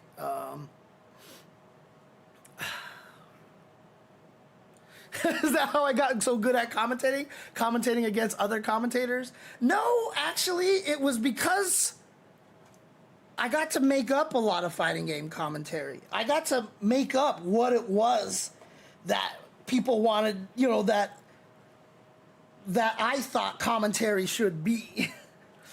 That was a nice thing. The other thing, too, is that, one, I'm very articulate as well. I'm very well spoken. And two, and another thing is, three, I've always just had a penchant for stupid, minute details. You know? So I used to write FAQs. My FAQs are godlike. Like, so many people have learned fighting games from my FAQs back in the day, and I always wrote them in a way that people could understand them. You didn't have to be an FGC head to understand my FAQs. And that I took to commentary. And so, you know, I was good at explaining things in that way. And then I also just have a lot of empathy, right? I just have a lot of empathy. I'm an empath, so I care about the players, and so I always want to tell their stories and stuff like that. So that's another one of the things that I think I like about my own commentary. But as we discussed earlier in the day, that's not necessarily the right thing.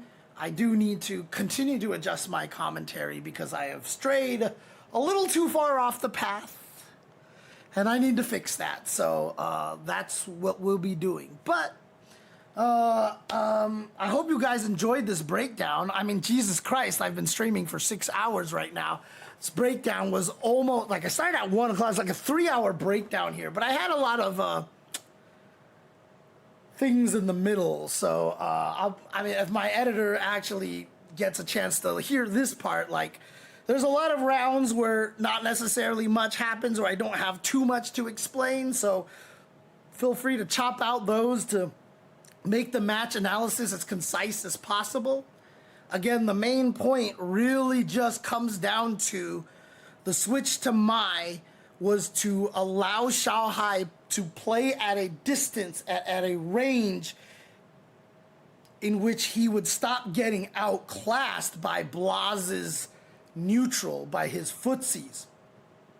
And as soon as he went to the Mai and was able to back himself up, that changed everything. It made Blaz have to be the aggressor. It made it so that Xiaohai got hit by a lot less incidental stuff, right?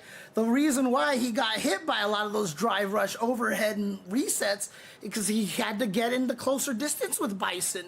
And so that just opened himself up for that. But after he switched to Mai, we never saw it. We never saw it because the instances of Blaz getting key hit in the drive rush cancel into either reset or just combo into death literally evaporated.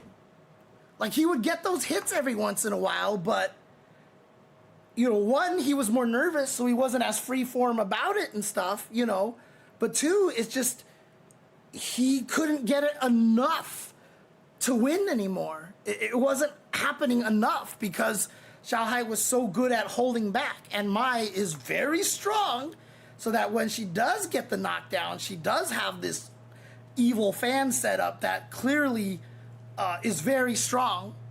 So I'm not trying to downplay Mai here and her effect on this.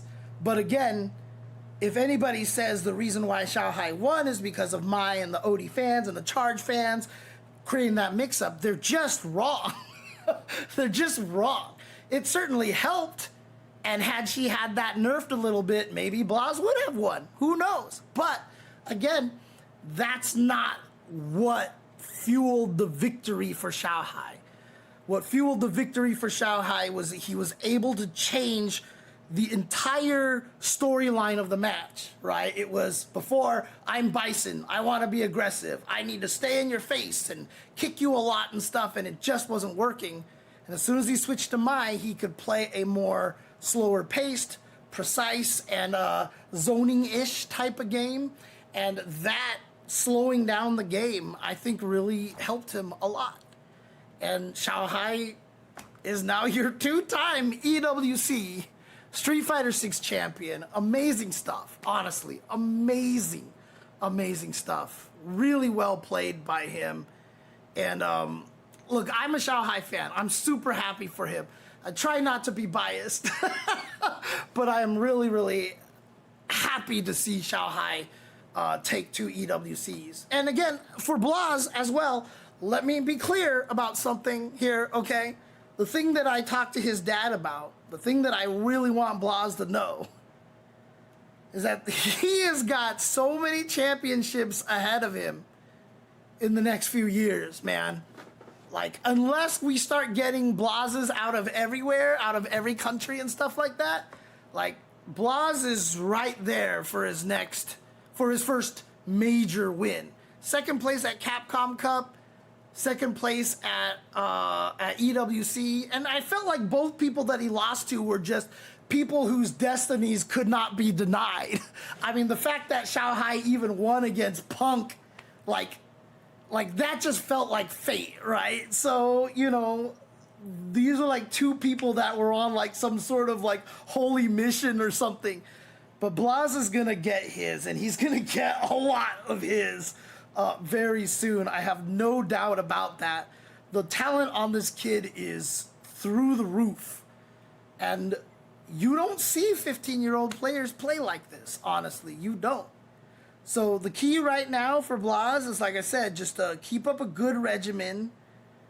And like I said, have a good training partner in Crime, which, again, I know they do already. But the last thing is, if this ever gets to Blaz at some point in time, take care of your health, okay? I'm not talking about, like, you're 15 years old. You're fairly indestructible right now.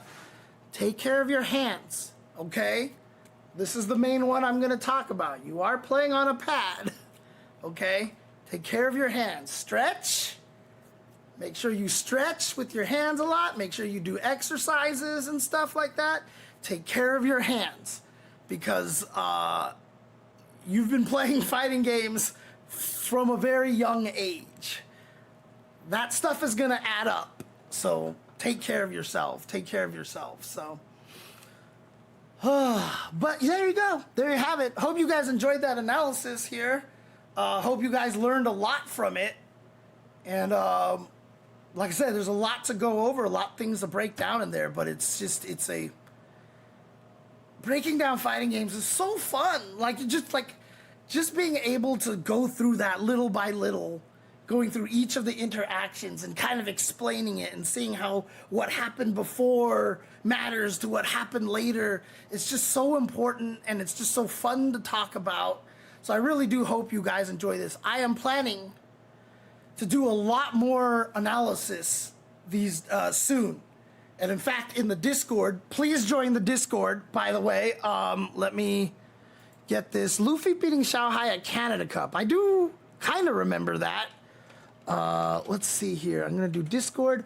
Please let me know if this Discord link still works, because Discord links tend to expire pretty fast. Okay, this link still works. I just tested it myself. So I'm going to paste it into the YouTube chat as well. But basically, what I'm trying to say here is, please join this Discord, because what I will probably start doing at some point is that for people who subscribe or people who donate or whatever like that, I'm going to open up a couple of channels where you can put in matches to be analyzed. And there's going to be a few categories. If you want me to analyze your match, I will 100% do that. If you want me to analyze just like a match that you thought was so good and you just want to understand something, totally down for that as well. CFN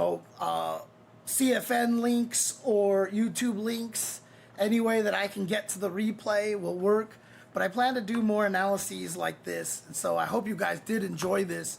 And I hope you guys that it helps, that like you see this and you're like, holy crap, I didn't realize it got this deep, kind of thing. Because again, I like teaching fighting games. And yeah, I hope you guys take advantage of that so that I can help analyze some matches for you as well. Again, I will get that set up at some point in time soon, as well as getting the Ko-fi stuff and all these. I have all these plans that I need to do, but seriously, August is just a wash, right? Because I had Evo. After Evo, my friends were in town for a week, and then as soon as they left, I went to EWC. And now I'm back, and finally I can try to fix everything up and get everything all established, and hopefully I'll be able to start going hard on the content grind again. So in any case, that's all for me tonight. Thank you guys if you guys are in the States and you're watching this at 4 a.m., shout outs to you, especially if you're on the West Coast. For everybody else all over the world, I saw Salt Mine, obviously all these people that are, by the way, Fart Slave, I didn't see you say that earlier. You and Yipes brighten up every match you talk on, man. Thank you very much. I appreciate that. And honestly, I love commentating with Yipes. It's just so much fun. We get to both just kind of have that energy, and it's great. I love it so much, commentating with Yipes, honestly. But that'll be all for now. So, again, hopefully I'll be able to do a lot more of these analyses, and I hope that you find them useful. And if you do find them useful, and you should, because the day that this podcast graced your ears was the most important day of your life. But for me, it was Tuesday.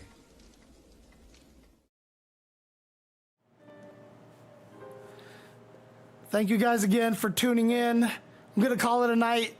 I'll see you guys later. Peace out. Take care.